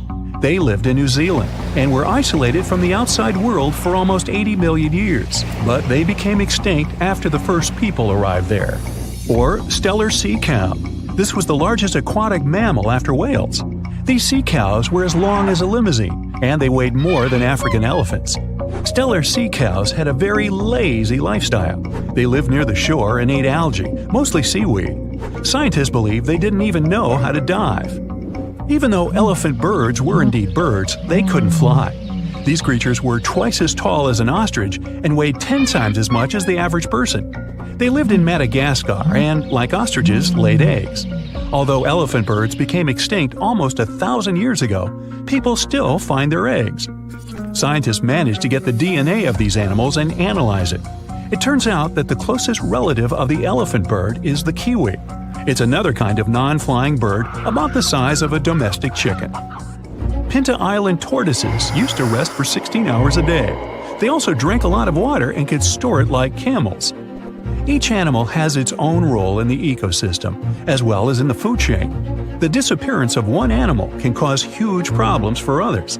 Such a chain reaction can wipe out an entire ecosystem. For example, dinosaurs didn't disappear instantly after the meteorite collided with Earth. The impact caused fires all over the planet. This decreased the amount of food for plant-eating dinosaurs. When they disappeared, meat-eating dinosaurs began to starve. And then all dinos gradually vanished off the face of the Earth. Many scientists think people do need genetic engineering technologies that can bring back extinct species. The pace of climate change on the planet is getting too fast for some animals to keep up with it and survive. Human intervention in this process could save many lives. This technology might also help recreate people if something happened and all life on Earth got wiped out. If we could preserve our DNA, our species could be brought back to life. By who? In case the most exciting thing you've ever found in the street was an old quarter, prepare to be really jealous of this elderly woman from Romania. She found a rock in a stream bed and decided it was bulky and heavy enough to become an excellent doorstop. So she brought it home and used it for years. After she had passed away, her relative inherited her property and the doorstep with it. He somehow realized it was more than a quirky home decor piece and sold it to the state. It turned out to be one of the biggest intact chunks of amber in the world, worth over $1 million. Experts believe it's somewhere between 38.5 and 70 million years old. Amber is a fossilized tree resin that's millions of years old. In the Romanian village of Colti, people have been digging up this gem from the riverbanks since the 1920s. The largest amber deposits in Europe are in the Baltic region, but with the right conditions, different types of amber can form anywhere, from Alaska to Madagascar. The huge amber nugget serving as a doorstop blended in so well that even jewel thieves ignored it when they robbed the house. Luckily, the Romanian authorities did recognize it as a national treasure of the country. It's now kept in a museum, and no, they don't use it as a doorstop. A building contractor named David Gonzalez bought a house in Minnesota for slightly over $10,000. It was built in 1938 and needed some serious renovation. While fixing it, David found an unusual piece of insulation among old newspapers. It was the very first comic book introducing Superman, a copy of Action Comics #1, from the same year that house was built. The comic wasn't in perfect condition and the cover was detached, but it still sold for $175,000, which was 17 times more expensive than the house. If the comic had been in better shape, it could have been worth way more. By the way, the most expensive comic ever sold so far is the very same one, yet it was in pristine condition. To get the comic in their collection, the buyer had to shell out $6 million in 2024. Previously, other copies of the same comic book were sold for $1.5 million and $3.5 million. A fisherman from the Philippines was out on his boat near Palawan Island during a storm. When he tried to drop his anchor, it got stuck on something he thought was a rock. He swam down to free it and realized it was a giant clam, and inside it, there was a huge pearl. The fisherman didn't know how valuable the pearl was, so he kept it under his bed for good luck for nearly 10 years. After a fire ruined his house, he showed the pearl to other people. It turned out to be the largest pearl in the world, weighing 75 pounds, about 4 times as heavy as a dachshund, and as big as 1 foot wide and 2.2 feet long. It's worth around $100 million. Today, the pearl is on display at the City Hall near Puerto Princesa to help attract visitors to the city. A really lucky someone who preferred to stay anonymous bought a ring at a car boot sale in the 1980s. It looked like a beautiful piece of costume jewelry, so $13 seemed like a fair price for it. They wore it for many years, until one day they decided to take it to a jeweler to find out more about it. The jeweler discovered that it was actually a real 26-carat cushion-shaped diamond set in a mount from the 19th century. The ring was put up for sale at an auction in London and sold for over $800,000. It was roughly double its initial estimated value. Diamond fans from today would hardly recognize their favorite gem in this rock because it was cut in an old-fashioned way. It was made for candlelight, so they tried to do everything to make it visible. The silver around it darkened over time, so it didn't look like something worth hundreds of millions. The ring most likely belonged to someone from the royal family or just a really rich person, as diamonds were super rare back then. Experts think the new owner will recut it, and it's going to multiply the diamond's price. Next time there's a yard sale next to your house, don't ignore it. You could end up buying a small bowl for $3 that's actually worth millions. It's actually what happened in New York State. A lucky someone got a Chinese bowl for around $3 without knowing it was 1,000 years old. The bowl was sitting in the living room for several years, and then curiosity took over and the owner got it assessed. It turned out to be a real treasure from the Northern Song Dynasty called a ding bowl. The only other bowl like it is in the British Museum in London. 4 bidders were fighting for the New York bowl at an auction. Finally, a London dealer bought it for over $2.2 million. In 1970, a woman from Rhode Island bought a pretty ceramic plate for less than $100. She liked it so much that she hung it on the wall above her stove. Over 3 years, it got covered in grease from cooking. In 2014, the lady took her favorite decoration to the TV show called Antiques Roadshow to have it checked out.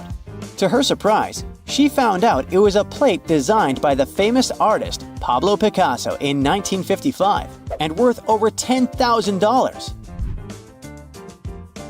In 1991, a man bought a painting at a thrift sale for just $4 because he liked the frame, even though the picture itself wasn't very pretty. When he took the painting apart, he found a piece of paper hidden behind it, folded up like an envelope. It turned out to be a very old copy of the Declaration of Independence, printed in 1776, right after the original was signed. A friend convinced him to take the copy to an auction house. When experts looked at it, they recognized it was one of only 25 copies printed by John Dunlap, the official printer for the Continental Congress. The document sold for $2.2 million the same year, and then again for $7.4 million in the year 2000. A man named Andy Fields, who loves garage sales, bought a set of 5 paintings for just $5 at one of those events in Las Vegas in 2010. He took one of the paintings home and decided to reframe it. When he took off the backing, he discovered a hidden drawing behind the painting. It looked like a sketch by the famous pop artist Andy Warhol, known for his bright colors and bold designs. Experts believe Warhol drew the sketch when he was just 9 or 10 years old, and it could be worth $2 million. Andy Fields decided not to sell it immediately, though. He hopes it can be displayed in a museum instead of being locked away in a vault. A painting worth over $1 million was used to cover a hole in the wall. The owner bought it along with some furniture for almost no money. They didn't know how valuable the painting was until they played a board game about art called Masterpiece, which had a picture of a similar painting.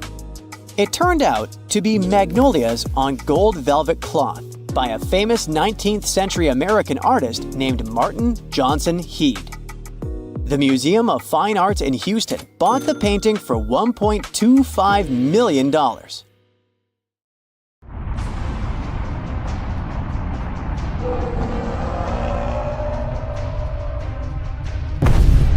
Bam! The giant asteroid slammed into Earth, and a while after that, dinosaurs were gone. You'd think there's nothing to be afraid of now, but nope, some pretty unique and scary beasts started to evolve after that. Back at that time, mammals were going through significant changes. It seems that some of them, like those similar to horses and rhinos, became giant and powerful very soon after the dinosaurs were gone. When dinosaurs were in charge, which was about 145 to 66 million years ago, mammals were relatively small creatures. Most of the time, they lived in the shadows of their much bigger enemies to avoid ending up as their dinner. Many of them weighed around 22 pounds or even less. But when the dinosaurs went extinct, mammals finally had a chance to take advantage of the new environment. For example, Brontosaurus. It took this opportunity and grew to enormous sizes. They started at around 40 pounds and eventually reached weights of 4 to 5 tons in just 16 million years. This sounds long, but it's relatively short in geological terms. Their large body size gave them and some other mammals an advantage after the dinosaurs disappeared. Now, they were the dominant and ferocious creatures others were afraid of. Brontosaurus, whose fossils have been found in North America, got this cool name, Thunder Beasts, from the Sioux people, because they believed these fossils came from giant thunder horses that would roam the plains during thunderstorms. And it's still a mystery how these thunder beasts got to grow so big so quickly. One of the theories says that they gradually increased in size over time. Another option is they went through rapid bursts of growth, but also had periods where they didn't quite change. Or maybe there was a mix of species. Some were small and some were bigger, but in general, more of them ended up growing large. And scientists studied a family tree of 276 thunder beasts and realized the third option fits the best. It's all competition in nature. Back in that time, most mammals were small, so there was fierce competition among smaller plant-eating animals when it came to food. The larger ones, like thunder beasts, faced less competition for the resources they needed to survive, so bigger species had more chances to stay, while the smaller ones went extinct quickly. So yeah, the end of the dinosaur era doesn't mean the end of impressive and giant animals you'd also run away from. For example, I definitely wouldn't like to face this fella. It kinda reminds me of a giant sloth at first, but those evolved tens of millions of years later. This giant lived somewhere between 50 and 60 million years ago in North America. It was around 8 feet long and had an unusually massive and thick body and legs. Its tail was very thick as well. This beast must have used it to support itself and stand on its hind legs. Its skull was relatively short and small compared to its large body. What's interesting is that it still had collarbones, which are bones that most hooved animals don't have anymore. Here's something comforting that makes it less scary though. They probably ate plants that were soft enough to chew easily. Now, imagine a snake so big it could easily rival the size of a T-Rex. It's not some mythical creature from fiction movies, but Titanoboa, the incredible beast that lived around 60 million years ago in the lush forests and rivers of South America. It was the largest snake ever that we know about. It was actually like the ancient ancestor of today's boas and anacondas that still live in the same region. Its body was a mind-boggling 42.7 feet long, which is longer than a school bus. To support its giant body, Titanoboa had about 250 vertebrae, which are the bones that make up the backbone of animals. Imagine how much it needed to eat to maintain such a massive body that was as heavy as a small car. It went after fish and crocodiles that lived in the waters and rivers of its home. A snake taking down a crocodile? It had to be a powerful beast. Titanoboa holds the record at the moment, but scientists believe we might discover more fossils of snakes that could be even bigger than this one. You know there has to be some scary crocodile on the list. Back in the dino era, there were even crocodiles that were 40 feet long and enjoyed snacking on dinosaurs. You can tell they haven't become less scary even after that. This beast lived between 15 million and 55 million years ago in what is now Venezuela, Peru, and Argentina. It belonged to a group that was there during the time of the dinosaurs, but like many others, got to live their best years and thrived after the dinos disappeared. Unlike most crocodiles that stick to the edge of the water, you could easily come across this one, since it liked to take walks on the land to check what was happening around. Check out its flattened blade-like teeth. They remind of those carnivorous dinosaurs even more than other crocodiles. This adaptation helped with catching prey during its chill afternoon walks on land. This fearsome creature could grow to over 20 feet long and weigh more than 3,000 pounds, which is bigger than today's saltwater crocodiles. Even a rhinoceros came in the XXL size in those post-dino times. This one, whose name I can't even try to pronounce, was a massive herbivore that lived in eastern Eurasia. It looked like a rhino, but it still had some differences, like its neck that was stretching over 6 feet long, which made it look like a rhino with a giraffe's neck. The creature stood more than 15 feet tall at the shoulder, towering over most other animals of its time. It looks slender, but it's still incredibly heavy with its 33,000 pounds, which is like 2 to 3 grown African elephants, or even a small house. One of the biggest carnivores that wandered Ice Age Australia wasn't a mammal, but this frightening reptile called Megalania. It could grow to be over 18 feet long, which is more than twice longer than the Komodo dragon, one of the largest lizards alive today. Megalania had sharp curved teeth similar to those of Komodo dragons, which means its bite was extremely powerful and maybe even venomous. This venom worked in a way it could have prevented its prey from healing property, which means the poor animal would become weaker, so Megalania didn't even have to work that much to catch it after that first bite, no matter where its prey would try to escape. Moving on to birds now. An elephant bird stood almost 10 feet tall and weighed over 1,000 pounds. You could see it on the island of Madagascar more than 1,000 years ago, which is not even that long ago compared to the others. One of the multiple species of elephant bird was so big that it could rival some non-avian dinosaurs, such as Utahraptor when it came to size. And its eggs were gigantic too. Just one egg could weigh more than 20 pounds, which is heavier than a bowling ball. The interior of its egg had a lot of space, so much you could hold more than 100 chicken eggs inside. Land and air weren't safe from big beasts where you couldn't be sure if it wanted to eat you or your salad. And it was not much different in the water either. You've heard of Leviathan, right? It was an ancient, powerful predator and a type of sperm whale, but much larger and more fearsome than those we know today. While modern sperm whales mostly eat squid, Leviathan probably had a little bit different diet, which included other whales. Another giant predator was also roaming around the same time and place as Leviathan.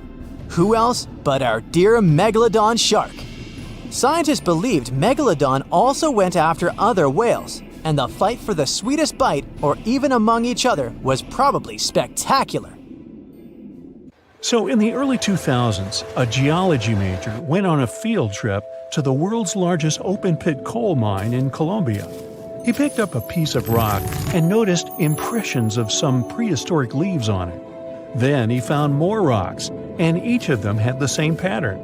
Back then, the student could hardly know that his discovery would help describe the largest snake that has ever lived on Earth. The student took his findings to a local scientist who called up the Smithsonian Institute and invited them for a fossil hunt. He wasn't that surprised, as he knew there were fossils in the pits of Sarihan. Back in 1990, another geologist found a fossil there and brought it to his office. He wasn't sure of what it was and called it a petrified branch. Years later, a paleontologist saw an image of this branch.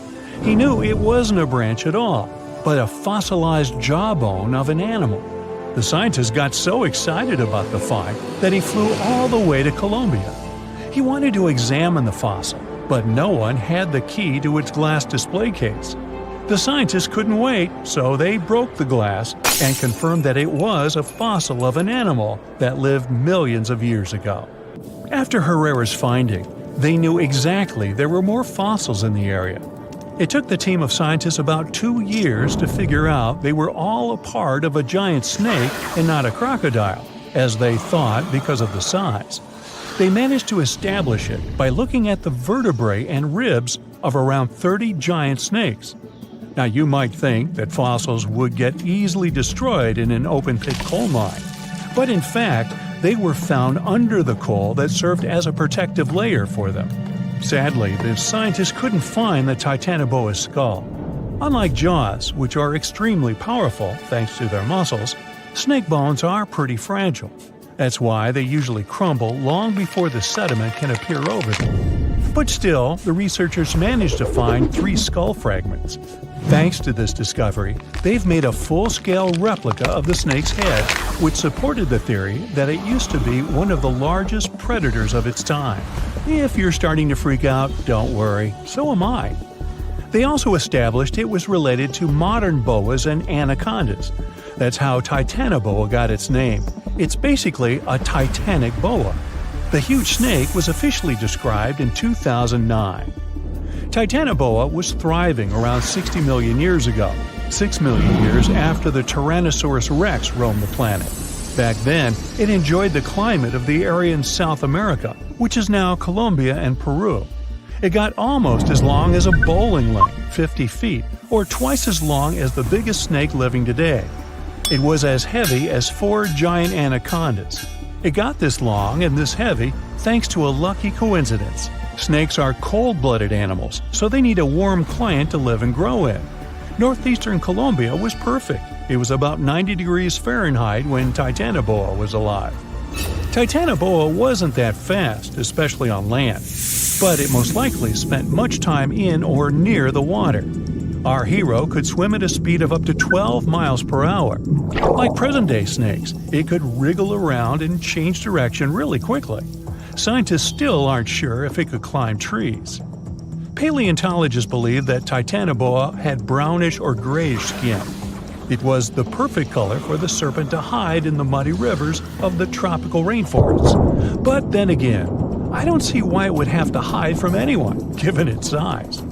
The largest snake ever wasn't venomous, but it didn't stop it from hunting any animal it wanted. And although it could choose pretty much anything, its favorite meal was most likely fish. Whew. Scientists decided so based on the snake's palate and the number and type of its teeth.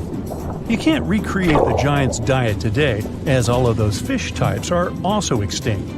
When it wanted to spice up its menu, Titanoboa dined on other reptiles. It sneaked up on its prey and got them down with one quick strike. Its bite had a very special design. The structure of its jaws let Titanoboa clamp down on the body of its prey, so there was no escape. Titanoboa also had a mean set of thin and pointed teeth. They bent inwards in the snake's jaw like fishing hooks. This little feature helped Titanoboa get a grip on its prey and prevent the slightest chance of its running or swimming away. It could most likely easily swallow even large turtles and crocodiles. Now, all that sounds pretty scary, but we have nothing to worry about as Titanoboas are long extinct, right? Well, technically, as the temperatures on Earth are going up, it's quite possible that snakes might also grow in size. They love heat more than anything, so they should feel comfortable here. Of course, that would be a completely different snake, but it's not impossible that we'll see something similar to Titanoboa. But before you think of escaping to another planet, remember that huge snakes would need something huge to eat. Such giants prefer to wrap around something huge and swallow it. Most people would be simply too small for them. So unless the huge snake was starving, I don't think it'd waste its energy on attacking anything too little. Plus, like any other snake, Titanoboa had a sharp and delicate sense of smell, needing exceptional conditions, and was sensitive to vibrations. A little too smelly, too noisy, too cold, too dry, or too wet, and the snake wouldn't go near this place unless absolutely desperate. So, if you live in a big city, your chances of meeting a huge snake like Titanoboa are about zero. Rural areas are something different, but the only place where the giant serpent would consider living would be near the equator. We already have some pretty giant snakes in the warmest regions of the world. Amethystine python, or less poetically, scrub python, is a gentle giant. It's the largest snake in Papua New Guinea in Australia. It can grow to the enormous size of 28 feet and weigh up to 77 pounds, which is about as heavy as a Dalmatian. Scrub pythons are pretty curious, sometimes slithering inside people's homes in Australia. but they're mostly harmless to humans. Their favorite food is rodents, bats, and birds that come to streams for water. Until then, pythons quietly lie in wait. They have heat sensors in the pit of their muzzles. They help the pythons better see warm-blooded animals they can have for dinner. The African rock python is one of only 11 living species of its kind. It's currently the second largest snake on the planet. This huge brown snake reaches lengths up to 20 feet and weighs about half as much as the giant panda. It's very serious about its meals, as it can catch an antelope and eat it whole. Even the cold-blooded crocodiles are afraid of this beast because it can easily eat one of their kind too. In 1958, a zoologist found a 4-foot-long young Nile crocodile inside an African python's stomach. According to the scientist, the python said, "Well, I don't know about you, but I find this whole thing hard to swallow." Actually, that's not true. Pythons can't talk, as far as we know. The reticulated python holds the record as the longest of all the living snakes in the world. The largest of these guys made it into the Guinness World Records in 2011 with a length of 25.2 feet. Its name is Medusa, and it lives in a zoo in Kansas City, Missouri. An adult reticulated python is large enough to swallow a human whole, or a whole human, either way. But these snakes are mostly quite peaceful and prefer to lie down without much movement.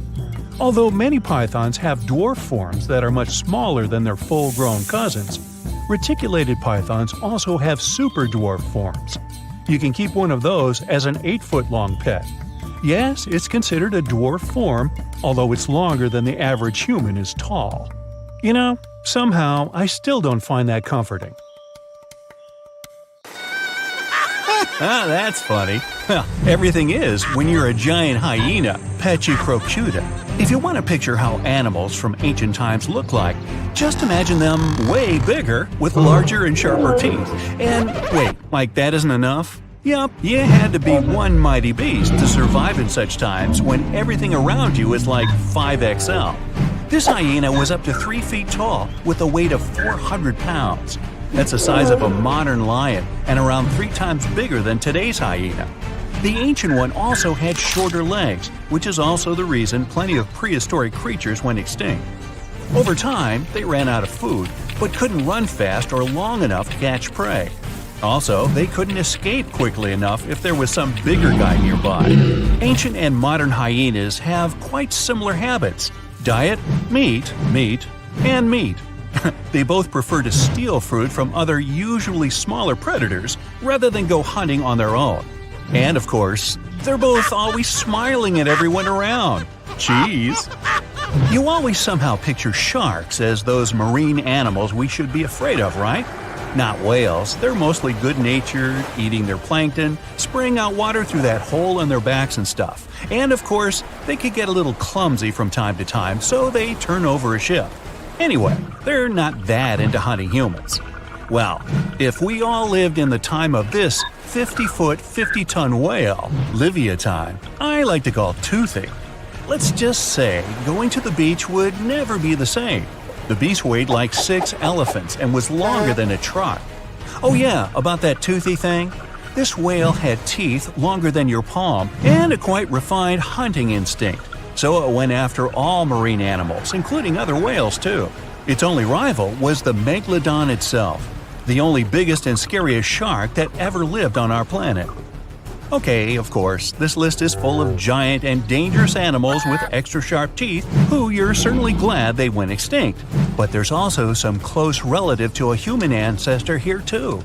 Hello, distant cousin? Paranthropus. So our cousin P had a big brain, well, at least for those times, and good reflexes, which is why they could defend themselves against some bigger and less brainy creatures that were after them. They mostly ate plants, roots, nuts, soft fruits, young leaves, probably insects, and seeds.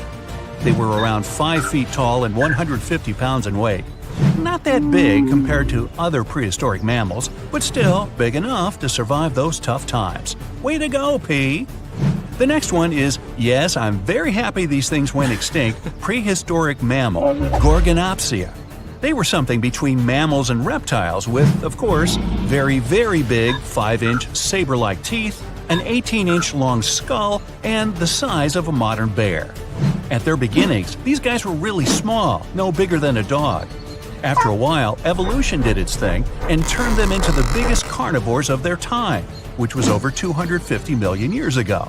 I wasn't around then.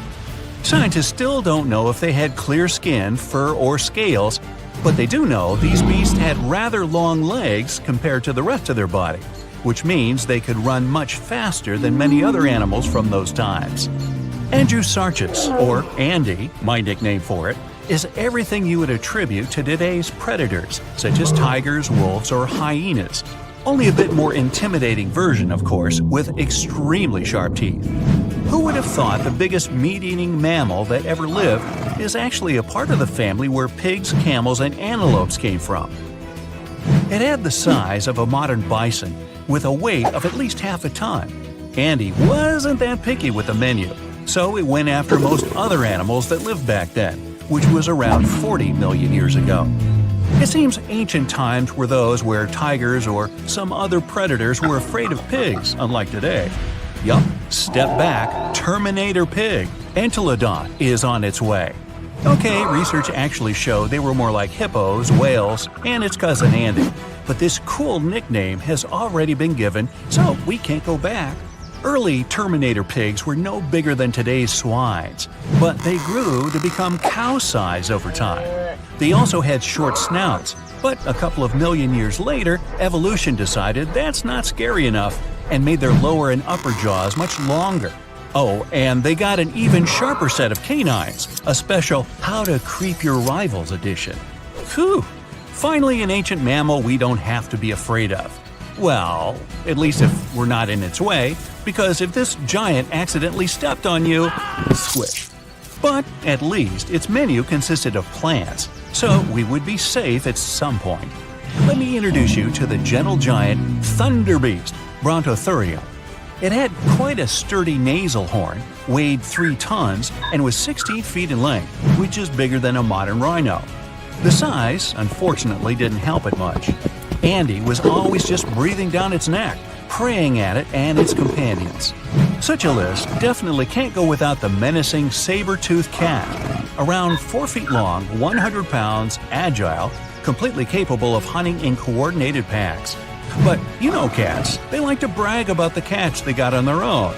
That's our Megan, Megatherion. You can find her and her companions all over the world, in Europe, Asia, North America, and Africa.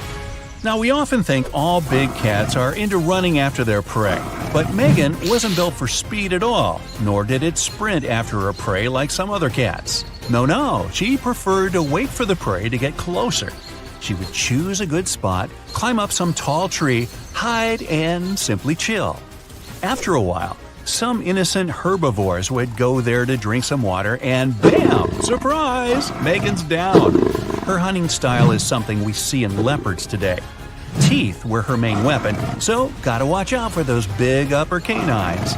Oh, finally a name I can more easily pronounce, so I don't have to come up with my own.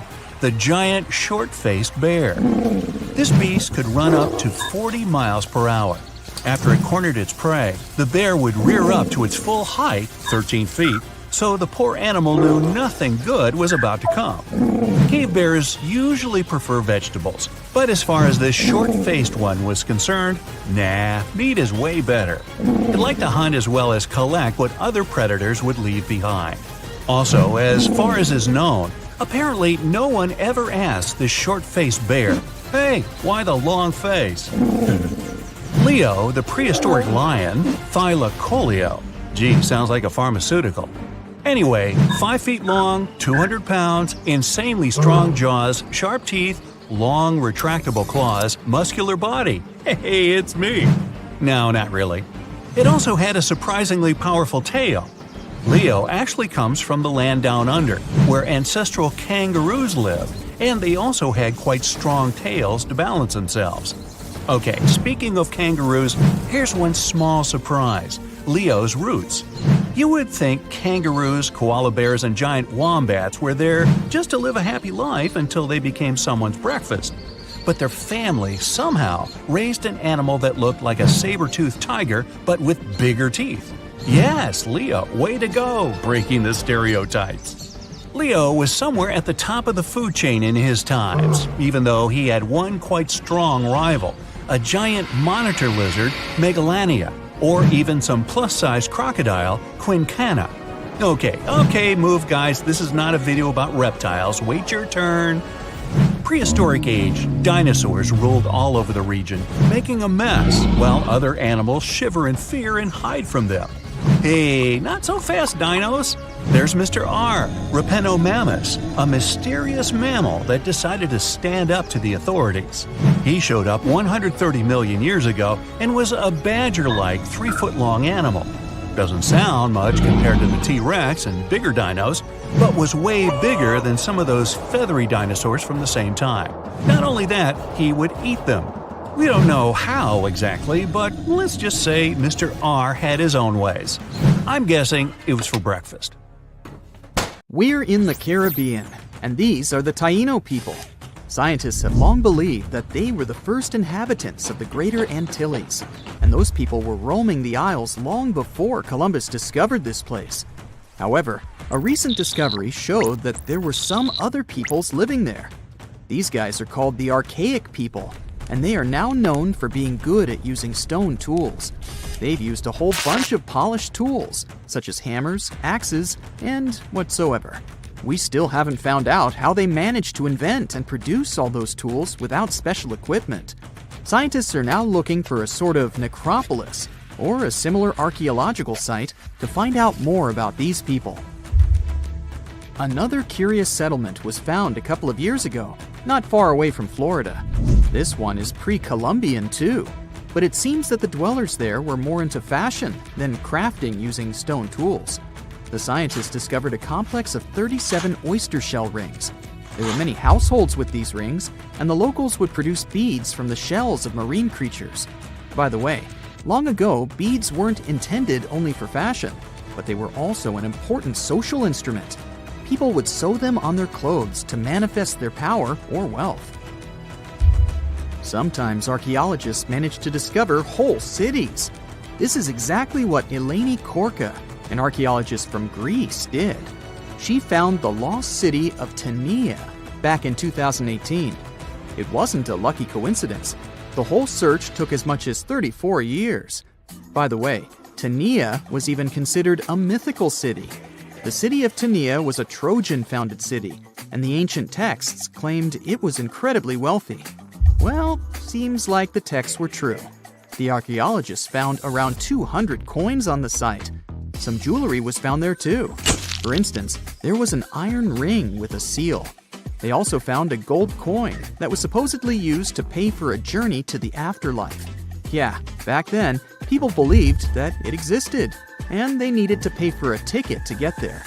The discovered clay, stones, and marble floors help us imagine what their dwellings looked like. And the archaeologists also found some vases there. One of the earliest examples of human-made art is located in the cave of Altamira in northern Spain. The paintings in a Paleolithic cave are so special because they're not monochrome, but have several colors combined. Still, these earliest masterpieces were hidden for a long time. They were only discovered in 1868, and today, this cave is a UNESCO World Heritage Site. Despite how old these paintings are, they're well preserved because they've been well isolated for all this time. Since the gallery was located deep in a cave, it was almost impossible for external climatic influences to ruin these prehistoric masterpieces. We are now in England, 2009. Meet Terry Herbert, a member of the Blockwitch Research and Metal Detecting Club. One day, he was casually inspecting plowed farmland in Staffordshire with a metal detector. I guess he must have wanted to find something special, but I bet he didn't expect to find what he actually stumbled upon. He discovered something that scientists later called the largest hoard of Anglo-Saxon gold and silver metalwork ever found. There's a list of items discovered, but if I start reading it to you, it's going to take me a really long time. To make a long story short, the archaeologists found 11 pounds of gold, 3 pounds of silver, and about 3,500 pieces of jewelry. No wonder this discovery is called the Staffordshire Hoard. The Birmingham Museum and the Art Gallery and Potteries Museum chipped in and bought the entire collection for over £3 million. Messages in a bottle are a famous cultural phenomenon we often see in movies, but it turns out this method of preserving letters is quite efficient. This is proven by the Dead Sea Scrolls. Back in the 1940s, Bedouin shepherds discovered 7 scrolls contained in clay jars in a cave. These scrolls were determined to be around 2,000 years old. But these manuscripts were only the beginning of a number of great discoveries. The Bedouins sold these manuscripts, but people continued finding more. The last discovery took place in 2021, and who knows, maybe there's more to find. Another piece of art recently found in a cave was a painted shell. This fossil was discovered in northern Italy, and scientists believe such fossils were collected by Neanderthals. This find is curious for a reason. Neanderthals are believed to have been quite primitive, but this shell proves the opposite. Back in 2004, Robert Muckle, an archaeology professor, heard about a peculiar site hidden in the forest of the North Shore Mountains of British Columbia. Robert knew that a few old cans and a saw blade had been found there. This place was believed to be a sort of logging camp, but a thorough excavation that took 14 years to complete revealed something different. Turns out, it wasn't a logging camp, but a long-lost Japanese settlement. The archaeologists found around 1,000 items, such as white and blue rice bowls, teapots, pocket watches, sake bottles, and buttons. The ceramics weren't that well preserved, so they only discovered hundreds of fragments. In one of his interviews, Robert mentioned that they also found remnants of a bathhouse. The community that lived there was pretty small, since there were only about 14 houses found. The scientists believe that they must have lived there in secret. People have changed their preferences over the centuries. Fashion has certainly changed, and our houses too, not to mention our technologies. But there's one thing for sure that's been unchanged: our love for food. Scientists managed to discover some of the oldest examples of people's favorite food. They inspected some ancient pottery and managed to find traces of best-loved food dating back to around 2000 BCE. It all happened in Sicily, and guess what that food was? No, it wasn't pizza or pasta, but olive oil. And there's more. Researchers from Egypt discovered some lumpy substance in some ancient pottery, which turned out to be cheese. It dates back to the 13th century BCE. I guess it didn't smell nice, since that cheese is estimated to be over 3,000 years old and was bacteria-ridden. Cool fact here, this cheese must have been quite exquisite. After studying it, scientists came to the conclusion that it was cooked with a variety of milks. They claim ancient people used a mixture of cow's milk and sheep or goat's milk. You probably thought, hey, you mentioned olive oil and cheese, but what about bread? Sure, bread is inseparable from almost any culture, and different people have had their own type of bread. And there's scientific proof that bread was one of the first dishes people learned how to cook. A group of archaeologists found some bread that was over 14,000 years old, 14,400 years old to be precise. What's weird is that people back then weren't familiar with agriculture. They were hunters. And technically, this old bread predates the age of agriculture by 4,000 years. Yeah, there's still much to learn about the ancient world. Here comes not the sun, and the Beatles song, but here comes the bonus fact. And right, it's about the Beatles. Yeah, I know, they're not exactly new. The band was formed in 1960. But not all of our facts have to be thousands of years old to be cool. Back in 1966, the Beatles did a live performance of their song Paperback Writer on the TV program Top of the Pops. The BBC somehow didn't record the performance, and all the fans were sure it was lost. Nope. Turns out that David Chandler, a fan of the Beatles, recorded the show with his personal camera. It was long forgotten and stored in the attic for many years. The recording was rediscovered in 2019. I guess that's a pretty cool find. Meet Costello. He's a Brazilian reef octopus. But Costello isn't a regular octopus. While watching him, scientists began to suspect that he might be experiencing nightmares. When he was sleeping, he was changing colors, making some wild movements, expelling water, and even releasing ink.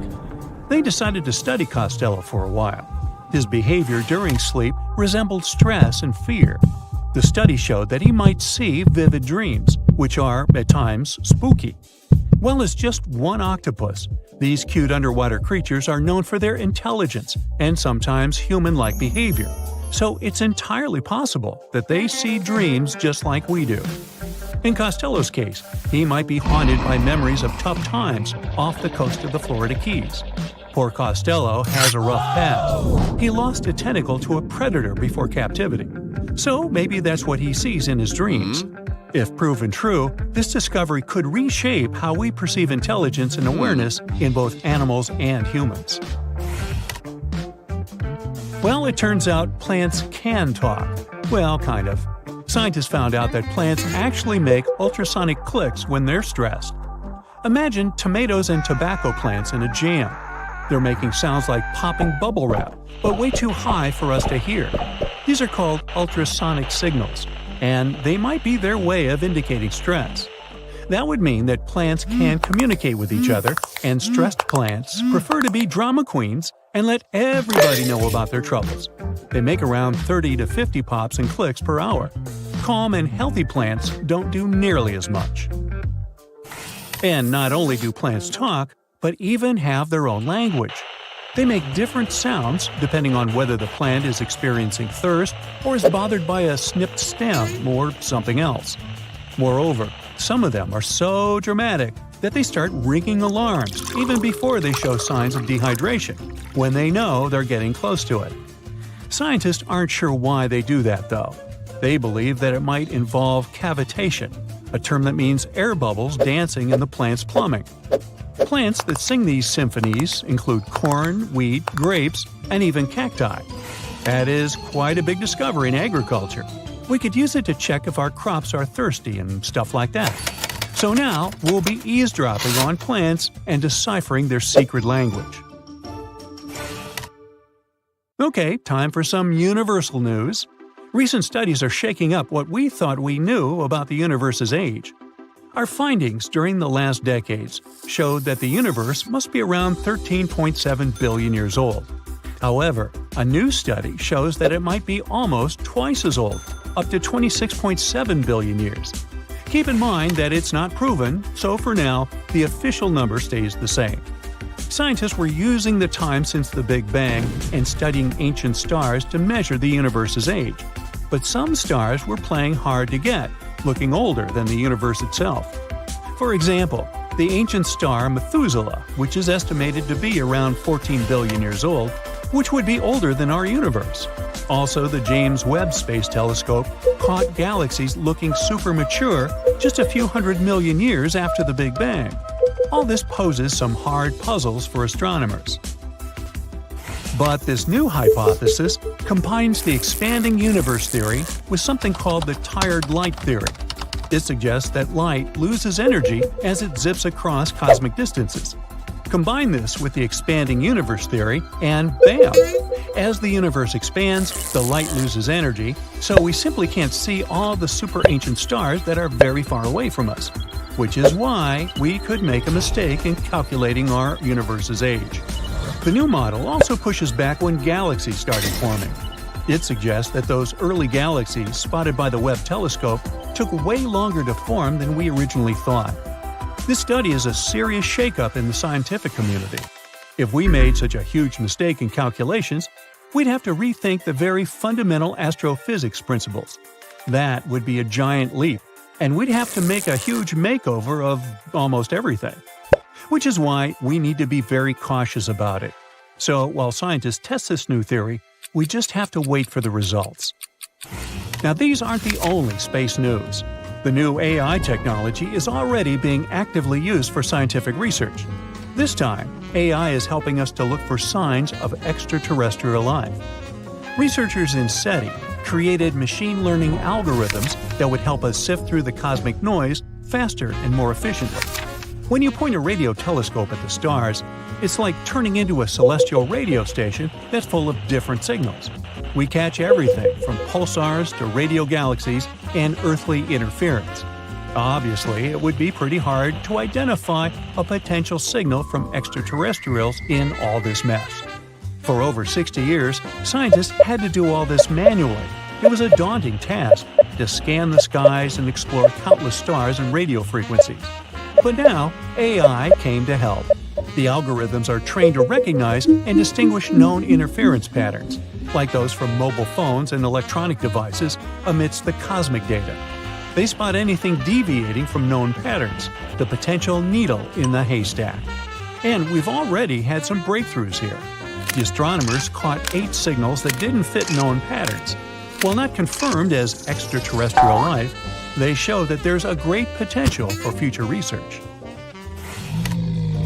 Going back to animals, this time we're visiting prehistoric Earth. Imagine turtles so massive they make today's turtles look like tiny toys.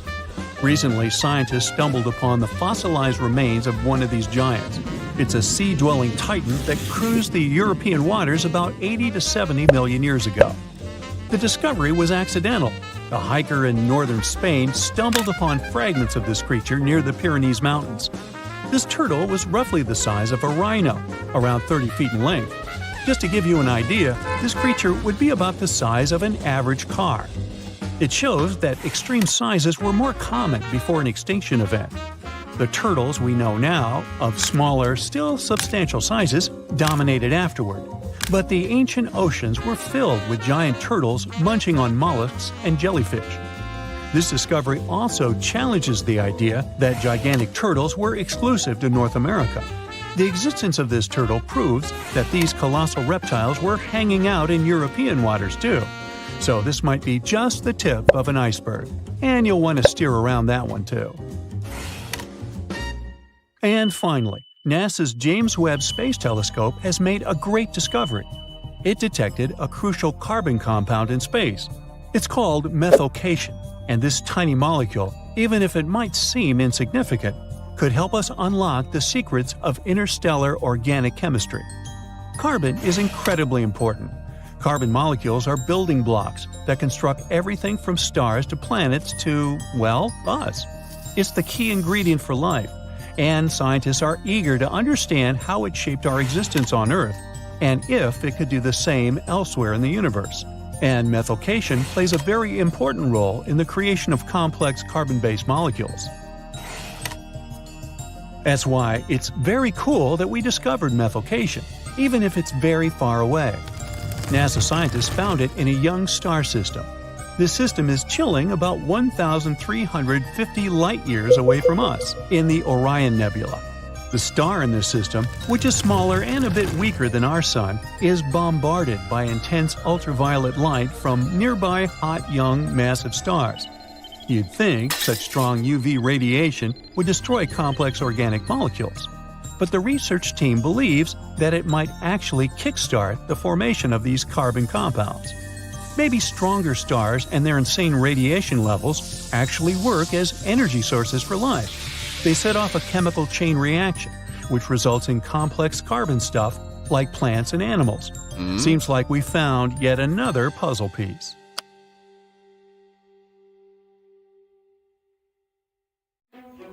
Currently, there are approximately 20 billion animals inhabiting our world.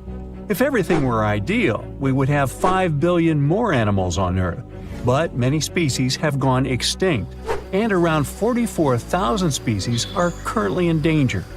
The largest, most recent mass extinction event in history occurred during the dinosaur era, leading to the eradication of 75% of species on Earth.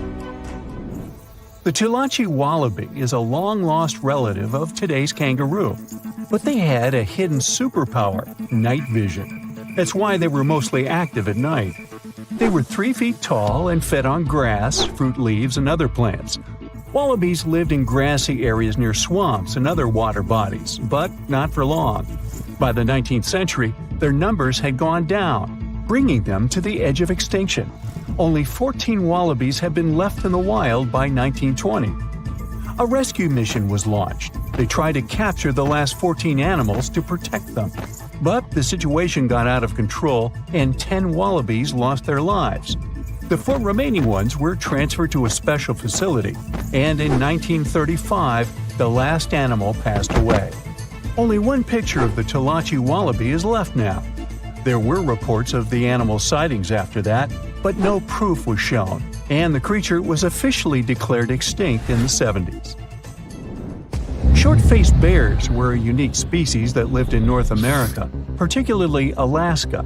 It was a massive bear, weighing around 1,500 pounds. When standing on its hind legs, it was around 12 feet tall, a whole foot taller than today's biggest beast in this family, the polar bear. This animal was different from today's bears because almost all of them are omnivores, except for polar bears. But this monster was solely carnivorous, which was the reason for their extinction. During the end of the Ice Age, many herbivores were gone, and those bears did not have enough food to survive. They were the Usain Bolt of the bear world, the fastest Bruins to have ever lived, reaching a top speed of 40 miles per hour, which is 5 miles faster than grizzlies. There are around 400 million pigeons in the world now. Some time ago, in America, a species of birds called passenger pigeons were abundant throughout the country, especially in the eastern forests. There were more than 1 billion of them, but they went from 1 billion to 0 in a few years. They had small heads and necks, but long tails and wings and strong breast muscles that allowed them to fly super long distances. The last passenger pigeon passed away in captivity in 1914. It was named Martha. With that, the ecosystem in the U.S. has never seen this bird again. Now, elks are enormous animals, but they look tiny when you compare them to long-gone Irish elks. That elk was around 7 feet tall at the shoulder with a humongous antler of 12 feet. Today, elk are only 4.5 feet tall at the shoulder and have around 4-foot-long antlers. Despite its name, this elk was found all over the world, from Asia to Europe. It got its name because, in Ireland near Dublin, researchers found a perfectly preserved specimen. Since then, it's been called the Irish elk. The last one passed away in Ireland. The main reason for their disappearance was their inability to adapt to changes. When the Ice Age ended, the elk could not survive and became extinct. Now, somewhere deep in the forests of Costa Rica lives the interesting-looking golden toad. It was discovered in 1966 in one particular spot where all toads would gather to mate. In 1967, a large population of this golden nugget was noted in that same spot. But the following year, only 10 to 11 toads were seen, and the year after that, in 1968, only one lonely male toad showed up at the spot. For years, there were searches for golden toads. In 2004, the toads were officially declared extinct. Humans were not responsible this time. The drought in the area in the 80s had a significant impact on the toads.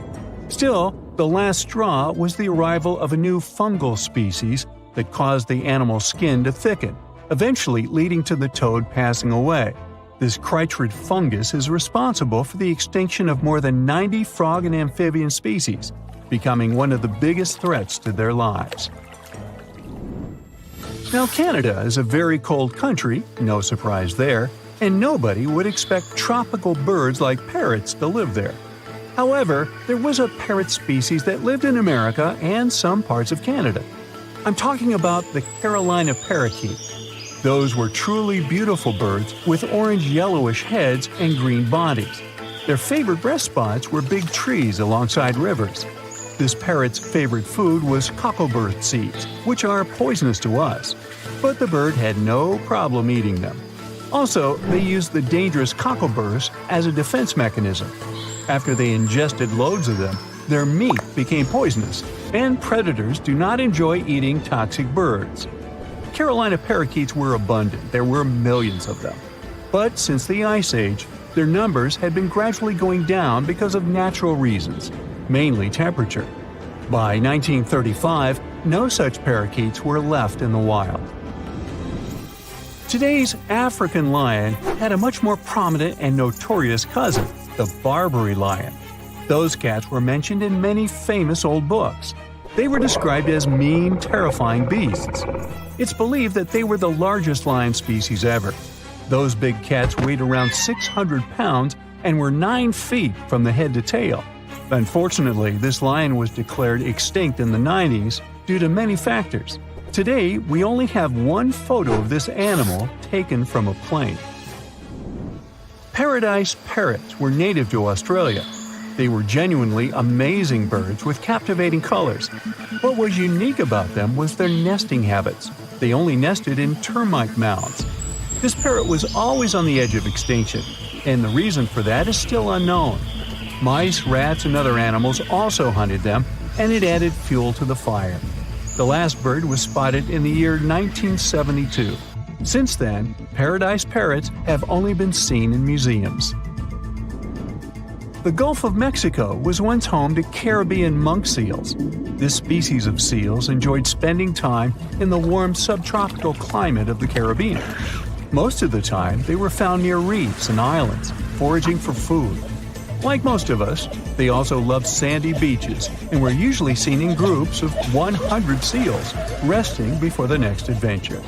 In the year 1886, monk seals were declared extinct. You can still see this animal in 2 museums. Both are located in the UK. As we all know, zebras have black and white stripes. But once, a zebra species had only half the body covered with brown and white stripes. The rest was just brown, and the belly was white. It was called the quagga. They lived in the southern part of Africa in grass fields and wet pastures, like today's zebras, and ate grass and other plants. The last quagga perished in 1888, but not all hope is lost. Today, extensive research is being done to bring this animal back into the wild. Australia is home to many outlandish animals, but the craziest ones are probably gastric brooding frogs. This species is not like your ordinary frog that lays eggs. They hatch their young inside their stomach and give birth by vomiting around 25 fully formed young frogs. Sometimes their stomach becomes so bloated that they have to breathe through their skin. 2 species of this frog were discovered in the northern and southern parts of Australia in the 1970s by Mike Taylor. A decade after their discovery, both species are gone. The main reason for their extinction is the chytrid fungus. Luckily for them, they're also part of a de-extinction program that's putting serious efforts into bringing them back into the wild. The legend goes that a dwarf named Fafnir was famous for his strength and courage. Because of his qualities, he was tasked with protecting their kingdom. Dwarves were known to gather a lot of wealth, so a bit of added security was a must. I mean, they lived in a house made from gold and precious gems. But Fafnir also had another special talent. He was able to shapeshift. Tricked by Loki, the Norse spirit of mischief, Fafnir was taken over by his greed and the shine of his father's treasure. He decided he did not want to share any of it, not even with his father or his brothers. He stole it and ran away all by himself to a place he'd be hard to find, the middle of the desert. To protect his wealth, Fafnir transformed into a huge dragon. His new appearance looked like a huge snake, powerful and scary. His magical powers did not end there though. Because the dragon couldn't fly, he also spread poison all around his new home, so no one had a chance to survive if they wanted to take his gold away. Fafnir was soon defeated by a young hero named Sigurd. The legend of Fafnir tries to explain why family is more important than greed. It also shows the many magical powers dragons possess. But the most interesting part is that it's quite a good example of how dragons came to be in our tales. But hey, this is just one of the many stories mentioning dragons. Just switch on your TV or peek into any bookstore, and you'll surely stumble upon dragons somewhere. Variations of dragon-like creatures have been described in stories from all over the world, from Asia to Northern Europe. Most of these creatures are depicted with reptile-like bodies, wings, and claws. And the scariest trait of them all, they can breathe fire out of their mouths. The name of these creatures comes from the Latin word draconum, which translates to huge serpent. But let's take a trip down memory lane to see how it all started. An Asian historian, for example, discovered some fossils back in the 4th century BCE and decided that he'd stumbled upon dragons. It's easy to understand why he got so confused if you look at a fossilized stegosaurus. It was 30 feet long, 14 feet tall, and covered in armored plates and spikes. The Nile crocodile might have gotten mistaken for a dragon too. It still exists today and lives in sub-Saharan Africa, but it may have been more popular in ancient times. When reaching maturity, Nile crocodiles can grow up to 18 feet long. But that's not all. It can even walk with its body off the ground, and some were even pictured standing on their 2 back legs. Goannas are dragon-like lizards that live in Australia. Large as they are, they also have razor-sharp teeth and claws, and are also known to even produce venom. It's easy to see why goannas may be the source for the Australian version of dragons. When humans first discovered whale bones back in the day, we had no idea these animals lived in the sea. Given their size, we surely must have thought they were dangerous. And because we rarely see whales, if we don't go underwater of course, they were poorly understood and easily mistaken for dragons too. Probably the most interesting source of dragon mythology is actually the human brain. In a book called An Instinct for Dragons, there was a theory which claimed that dragons existed in almost all ancient cultures because we had evolved to fear large predators to survive. We aren't the only mammals to do this. Monkeys have an innate fear of snakes and large cats too, for example. When you combine these natural traits with folklore, you get a lot of dragon stories everywhere, adapted to each region. Reptilian beasts with magical powers date back as far as the origins of human civilization itself. I'm talking about ancient Mesopotamia. Humans back then used to believe in all sorts of creatures, but their head spirit was Marduk, the patron of the city of Babylon. If you look at the artwork from back then, Marduk was depicted with a snake-like dragon at his side. It could be either nice or vengeful, depending on what mood it was in. If you want to sign up to become a dragon, the first thing they'll ask you at the interview will be if you can breathe fire, of course. So scientists have tried to look into some ways that could make it real for dragons to breathe out fire without damaging their throats. To do that, they examined the bombardier beetle. This eccentric insect can pack up some really hot substances in its belly. Once the creature gets bothered by something, it shoots out a fiery load of chemicals. In all fairness, it's not really fire, but it does burn, so it's close enough. Going back to dragons, they'd need to have similar glands in their throats to produce the same effect. But where do dragons come from? They didn't just appear out of nowhere, regardless of the source you consult. Some tales, like that of Fafnir, say that even humans can turn into dragons, but the most popular theory is that dragons start out as eggs. Some sources even draft a series of stages a dragon has to go through during its life. Everything starts with hatching. Dragons are said to eat their way out of those shells and break the sides of the egg. Then there's the wormling stage, which is what dragon specialists, or dragonologists if you like, call a newly hatched dragon. It's still small and weak, but don't worry, it can take care of itself pretty well. The rest of a dragon's life stages are pretty self-explanatory. There are grown-up dragons, then ancient ones. A dragon's life ends when it reaches the twilight stage. Some sources claim dragons never stopped growing. Others even say they never reach the end of their lives. They just pass on to another type of spiritual existence. You're on vacation, taking a trip to the family estate set in the cold Scottish Highlands. An old ruined castle sits alone, a token of your family's heritage. You spent your childhood in the nearby forest chasing squirrels, and through adulthood, you have enjoyed walking every acre of it. There's always something new to be found. As you walk the millionth time through the trees, you find a small stone building. It's half covered in dirt and overgrown grass. Curious, you've never seen this before. You dig away at the dirt and pull away the grass, eager to learn what's within. You find a small, weather-worn door, large enough for a dog. Maybe it's a royal doghouse. You pull the old door and look inside. It's a small room with nothing in it except for an old sack. You grab the sack, taking a closer look, trying to identify the fabric. But wait a minute, there's something inside of it. You look inside and find an egg about the size of an ostrich. Dogs don't lay eggs. Looking at the egg closely, you notice it's very old and heavier than you expected. You shake it gently, feeling the sensation of liquid inside. Suddenly, you feel some energy coming from it. Shocked, you attempt to throw the egg away, but stop yourself.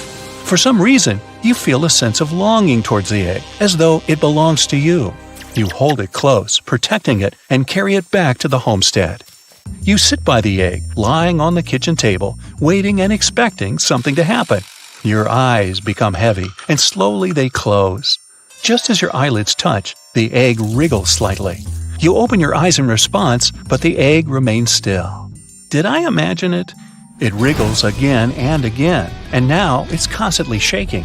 The egg rolls around on the table, cracks begin appearing, and something inside is hitting the shell with great ferocity, desperate to be released. Finally, the shell breaks open with an almighty thrust from the small resident.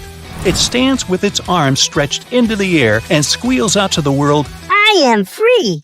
You look towards what should be a bird of some sort, but this is a very strange bird. 4 legs, wings, reptile skin. It's a dragon. Wait, what? A dragon?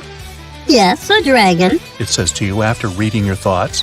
How? What? You're struggling to find your words.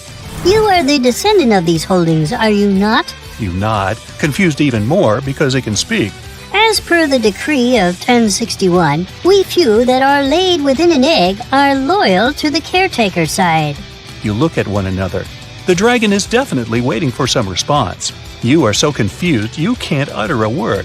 Have you chosen a name for me to which I am to respond? A name. Right, I will call you Dog. Dog responds by bowing honorably. It is a worthy name I hope to bring glory to. Glory? I don't understand why you're here, though. Why now? Dog explains that when elements of magic within the air react, it creates a perfect environment for dragon eggs to hatch. From a scientific perspective, changes within the Earth's atmosphere could probably explain all this. Whether it's the temperature, hydrogen levels, or changes in the ocean, it's impossible to determine. You accept that it's just magic. Exhausted by the events, you head to bed. The following morning, you awake, expecting to see Dog waiting for you. He's nowhere to be found. You go outside. It's all very quiet. No birds are singing. The distant sheep are also quiet. Suddenly, Dog flies down. He's grown to the size of a cow. He's grown way too fast, though you think you know why. You try not to imagine what he's been up to. First lesson, human, get on. Dog positions himself to allow you onto his back. You don't question him, trusting that he knows what he's doing. Without warning, he begins to run fast toward an open clearing, just like an airplane, as he gathers enough speed. With the force of the wind, you both take off. You speed through the air, gaining altitude. You hold on tight. Passing through near misses between trees, Dog makes immediate turns, and you wish you were safely on the ground. You can hear Dog's voice within your head. You will act as my eyes as well, watching from where I cannot. I see trees all around. There are some hills in the distance. Not now. Dog interrupts. You will look out for danger, not observe the scenery. You are flying for some hours, and you have no idea where you might be. You're too concerned about hanging on, and it's cold. You should have brought warmer clothes.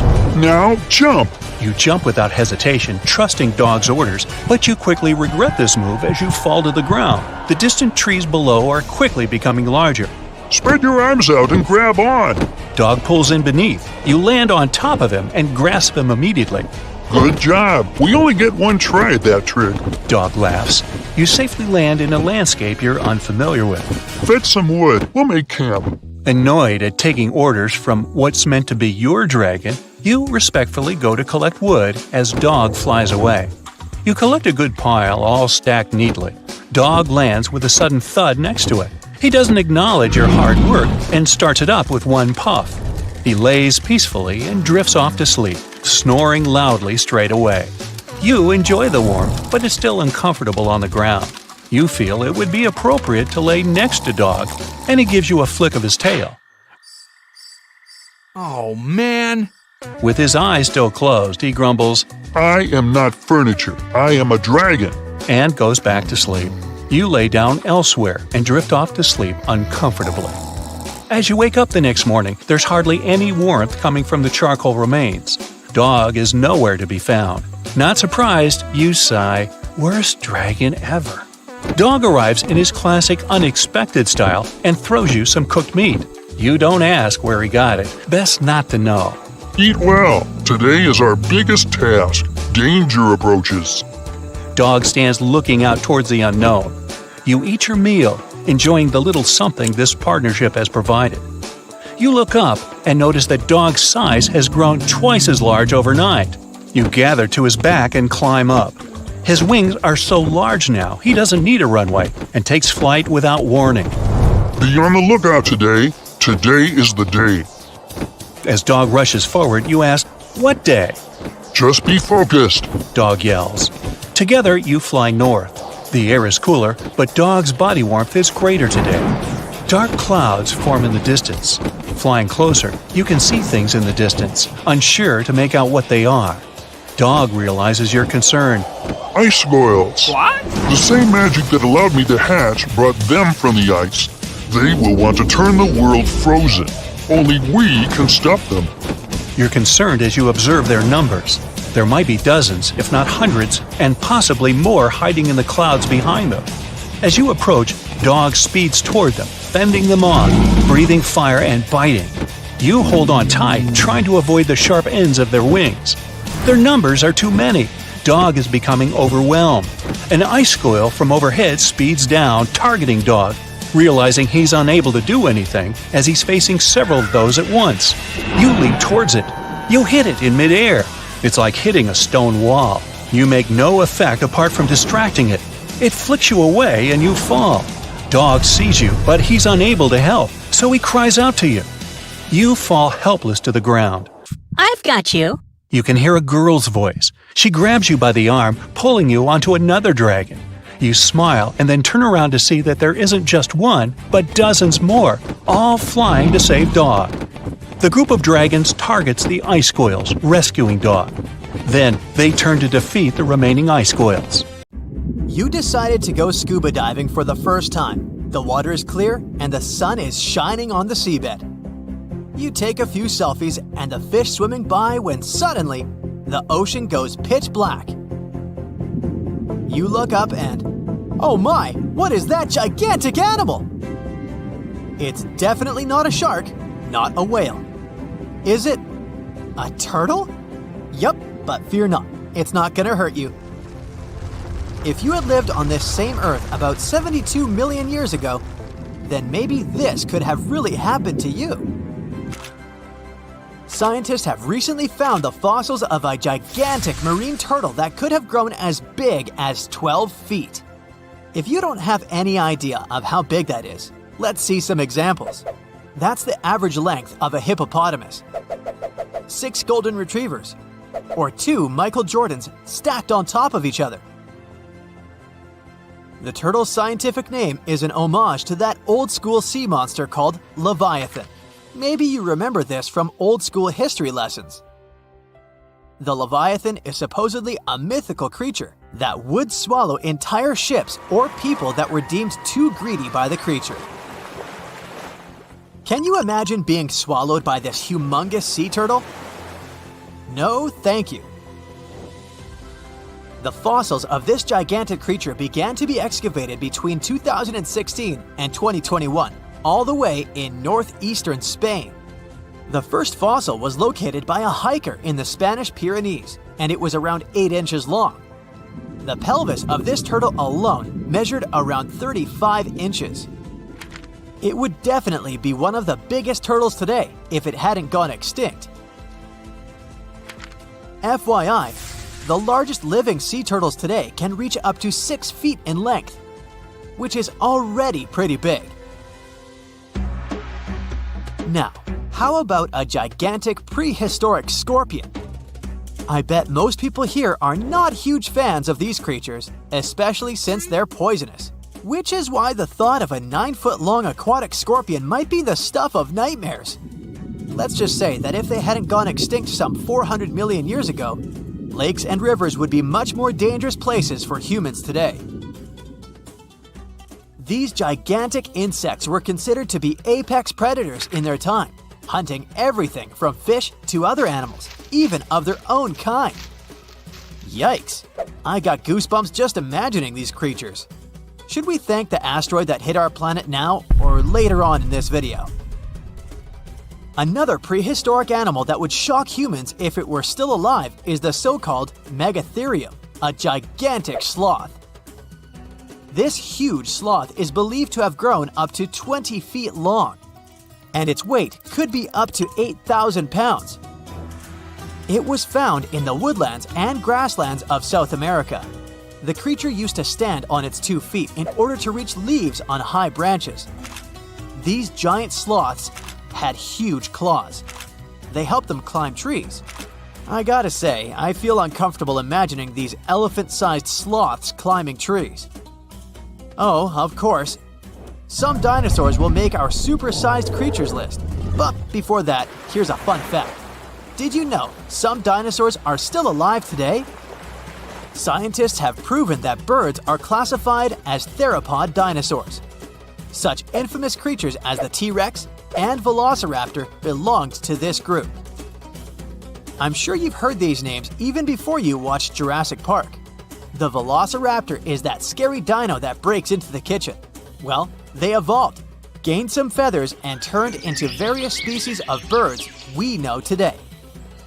That means that any bird from chickens to those little blue ones is a direct descendant of dinosaurs. Now, does the name Spinosaurus ring a bell? You can see this huge dinosaur in some museums today. Its fossils, I mean. The Spinosaurus was one of the biggest land predators to walk Earth. Actually, to walk its land and water, since scientists believe that this dino was semi-aquatic. It fed mostly on meat, which means humans would be its natural prey if it lived today. This meat-eating dino lived around 90 to 100 million years ago. It was about 60 feet long, 12 feet high, and weighed up to 22 tons. Its head was around the size of 8 bowling balls and was shaped like a crocodile's face. Basically, the Spinosaurus was a big African elephant with the face of a crocodile. Just kidding. But that would look funny though, wouldn't it? A much more attractive dino was this guy. It's considered to be the largest dinosaur that has ever lived on our planet. What made it so big was its extremely long neck and very long tail. You wouldn't want to stand behind this creature, believe me. If it decided to swish its tail, you'd get catapulted very far away. This creature lived around 100 million years ago, and its fossils were first found in Argentina around 2012. The dino measured 120 feet from head to tail, which made it almost as big as an American football field in width. And have I mentioned it weighed almost as much as a space shuttle? A staggering 75 tons. If it had been a carnivore, it would have probably been the greatest predator. But this big guy was a peaceful herbivore that had such a long neck that it could eat leaves from high trees. Cute, right? We must also talk about the Shastasaurus. As the name suggests, this animal is popularly known as the Mount Shasta lizard. Even though it was a marine reptile and probably never set foot on the mountain itself, this dino was usually around 23 feet long, but there was a specific strand of this species that could get as big as 69 feet long, about the size of the great blue whale. This made it the biggest marine reptile to have ever lived. A fun fact about the Shastasaurus is that scientists believe it didn't even have teeth, which means it could only feed on soft-bodied prey, such as squid, for example. The next animal on our list is the blue whale. Believe it or not, the biggest living animal on Earth actually started small. These days, the average mature blue whale can reach up to 100 feet in length and weigh up to 200 tons. That's more or less the weight of 40 elephants put together, or 30 Tyrannosaurus rexes, or 2,670 average-sized people. Blue whales have to eat up to 50 million calories per day to support that body. That's the equivalent of 30,000 Big Macs, just FYI. But blue whales weren't always this big. They actually evolved from a four-legged mammal that lived on Earth around 48 million years ago. Their ancestor was called Pakicetus, and it was only 6 feet long. Here's a fun fact. To be able to live in the water as one does today, the blue whale had to go through some intense adaptations. A blue whale can replace up to 80 to 90% of oxygen in its lungs each time it takes a breath. A human replaces only up to 15% for comparison. It allows these animals to dive for up to 1 hour at a time, down to a staggering depth of 330 feet. Elephants were bound to make the list. Elephants are currently the largest land animals on Earth. They can grow to be about 13 feet tall and weigh up to 7 tons. That's pretty small if we compare it to the other animals that once lived on Earth, right? But if we placed a 6-foot-tall human next to an elephant, we'll see it's not at all that small.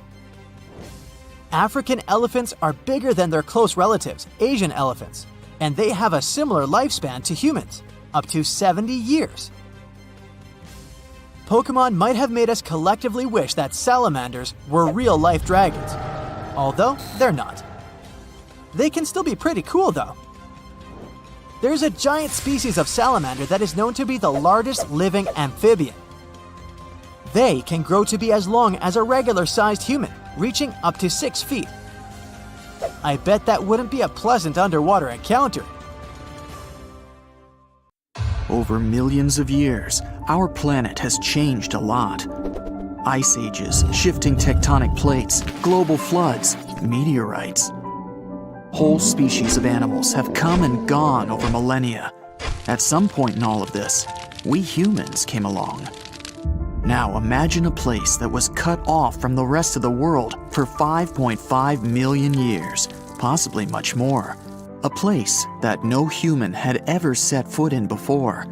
In 1986, we finally found it, Movila Cave. You head to the airport and buy a ticket to Romania. Next, you rent a car and drive southeast.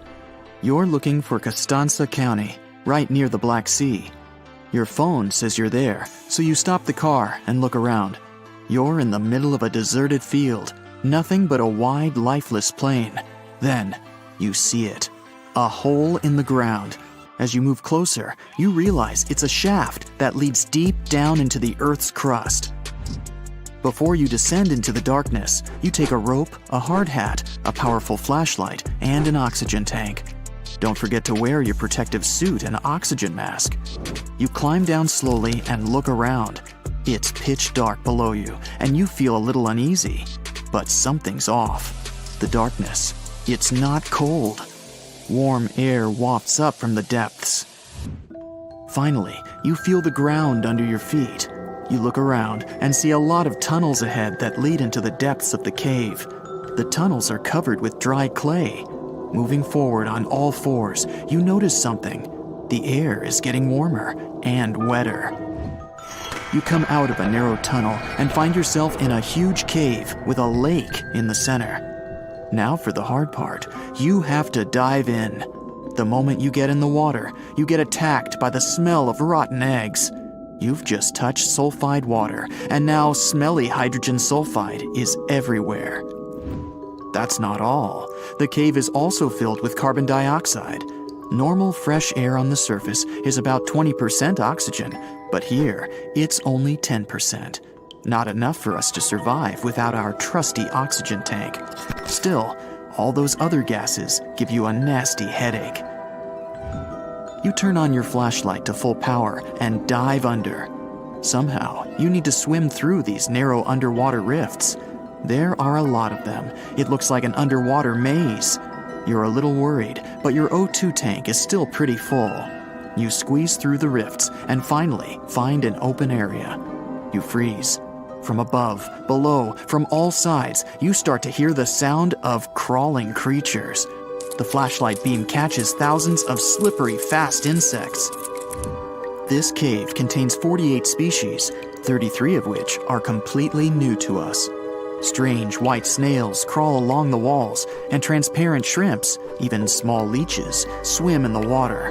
White centipedes with huge whiskers and transparent spiders shuffle around under your feet. There are even 2 species of scorpion, as if you weren't scared enough.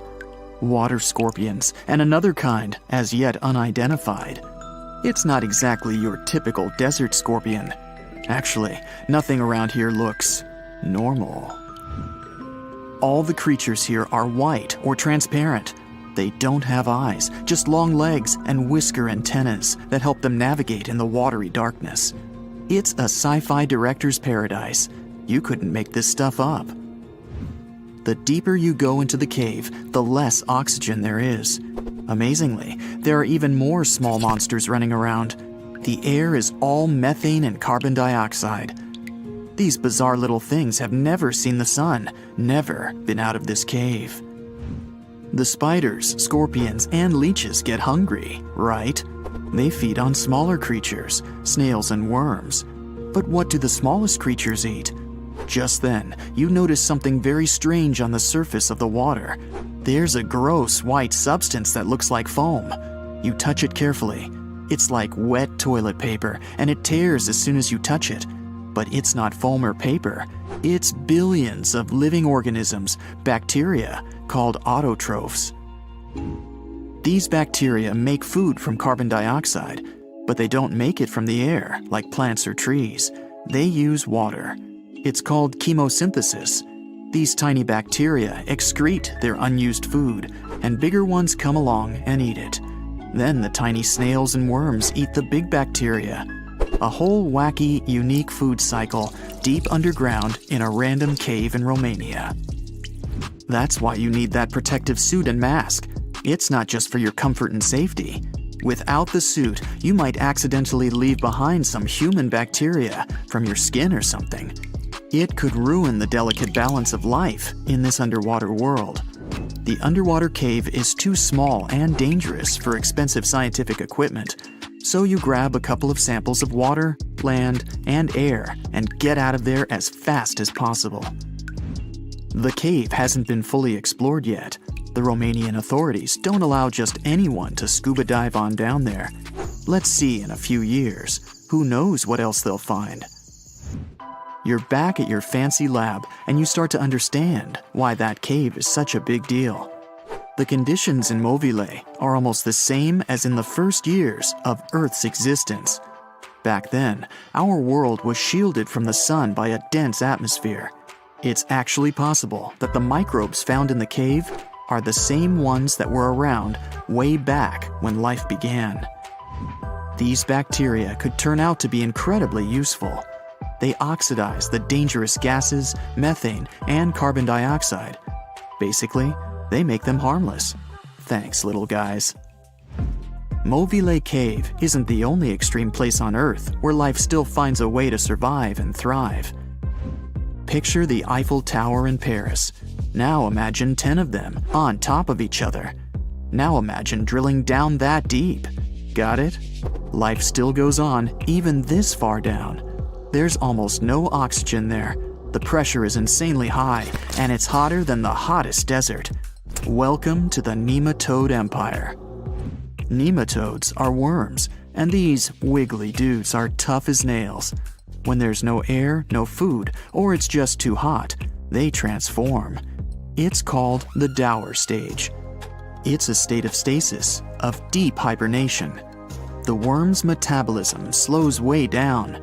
It's like they go to sleep for a long time and only wake up when there's enough air or food around, or when it gets cool enough. And you don't have to dig that deep to find these creatures. Nematodes are found all over the world. They live in hot springs, in deserts, high up in the mountains, in the harsh cold of Antarctica, inside animals, and even inside the human body. You don't have to travel to Mars to find out of this world scenery. There are places on Earth that look unreal. The Danakil Depression in Ethiopia is one of the hottest, driest, and most inaccessible places anywhere on Earth. It's a large desert that gets almost no rain, but there's still plenty of liquid around. It sits on 2 active volcanoes, so liquid hot magma often flows up from under the Earth's crust. There are also colorful lakes full of acidic water. The salt from the lakes reacts with volcanic minerals, making bizarre figures that look like the backdrop of a sci-fi movie. Toxic gases and chlorine vapors rise up from the lakes, making it one of the most dangerous places on Earth. You need a gas mask to survive, but life always finds a way. There are living things here, even in a lake so hot that the acidic water actually boils. Microbes live happily in the lakes and surrounding rocks. If something can survive here, who knows? You can find another tough survivor in the Lut Desert in Iran. They've just discovered a new and special kind of crustacean there. These creatures live in small lakes that appear from time to time thanks to desert rains. This species can survive for decades in dry sediments, just waiting for a tiny bit of water. So these are all very small life forms, but are you in the mood for some monsters? Scientists have just discovered them swimming in the waters off Antarctica. Massive sea spiders, huge starfish, transparent shrimp-like things. In 1 month, researchers found about 30,000 sea creatures, many of them never seen before. Who knows what else is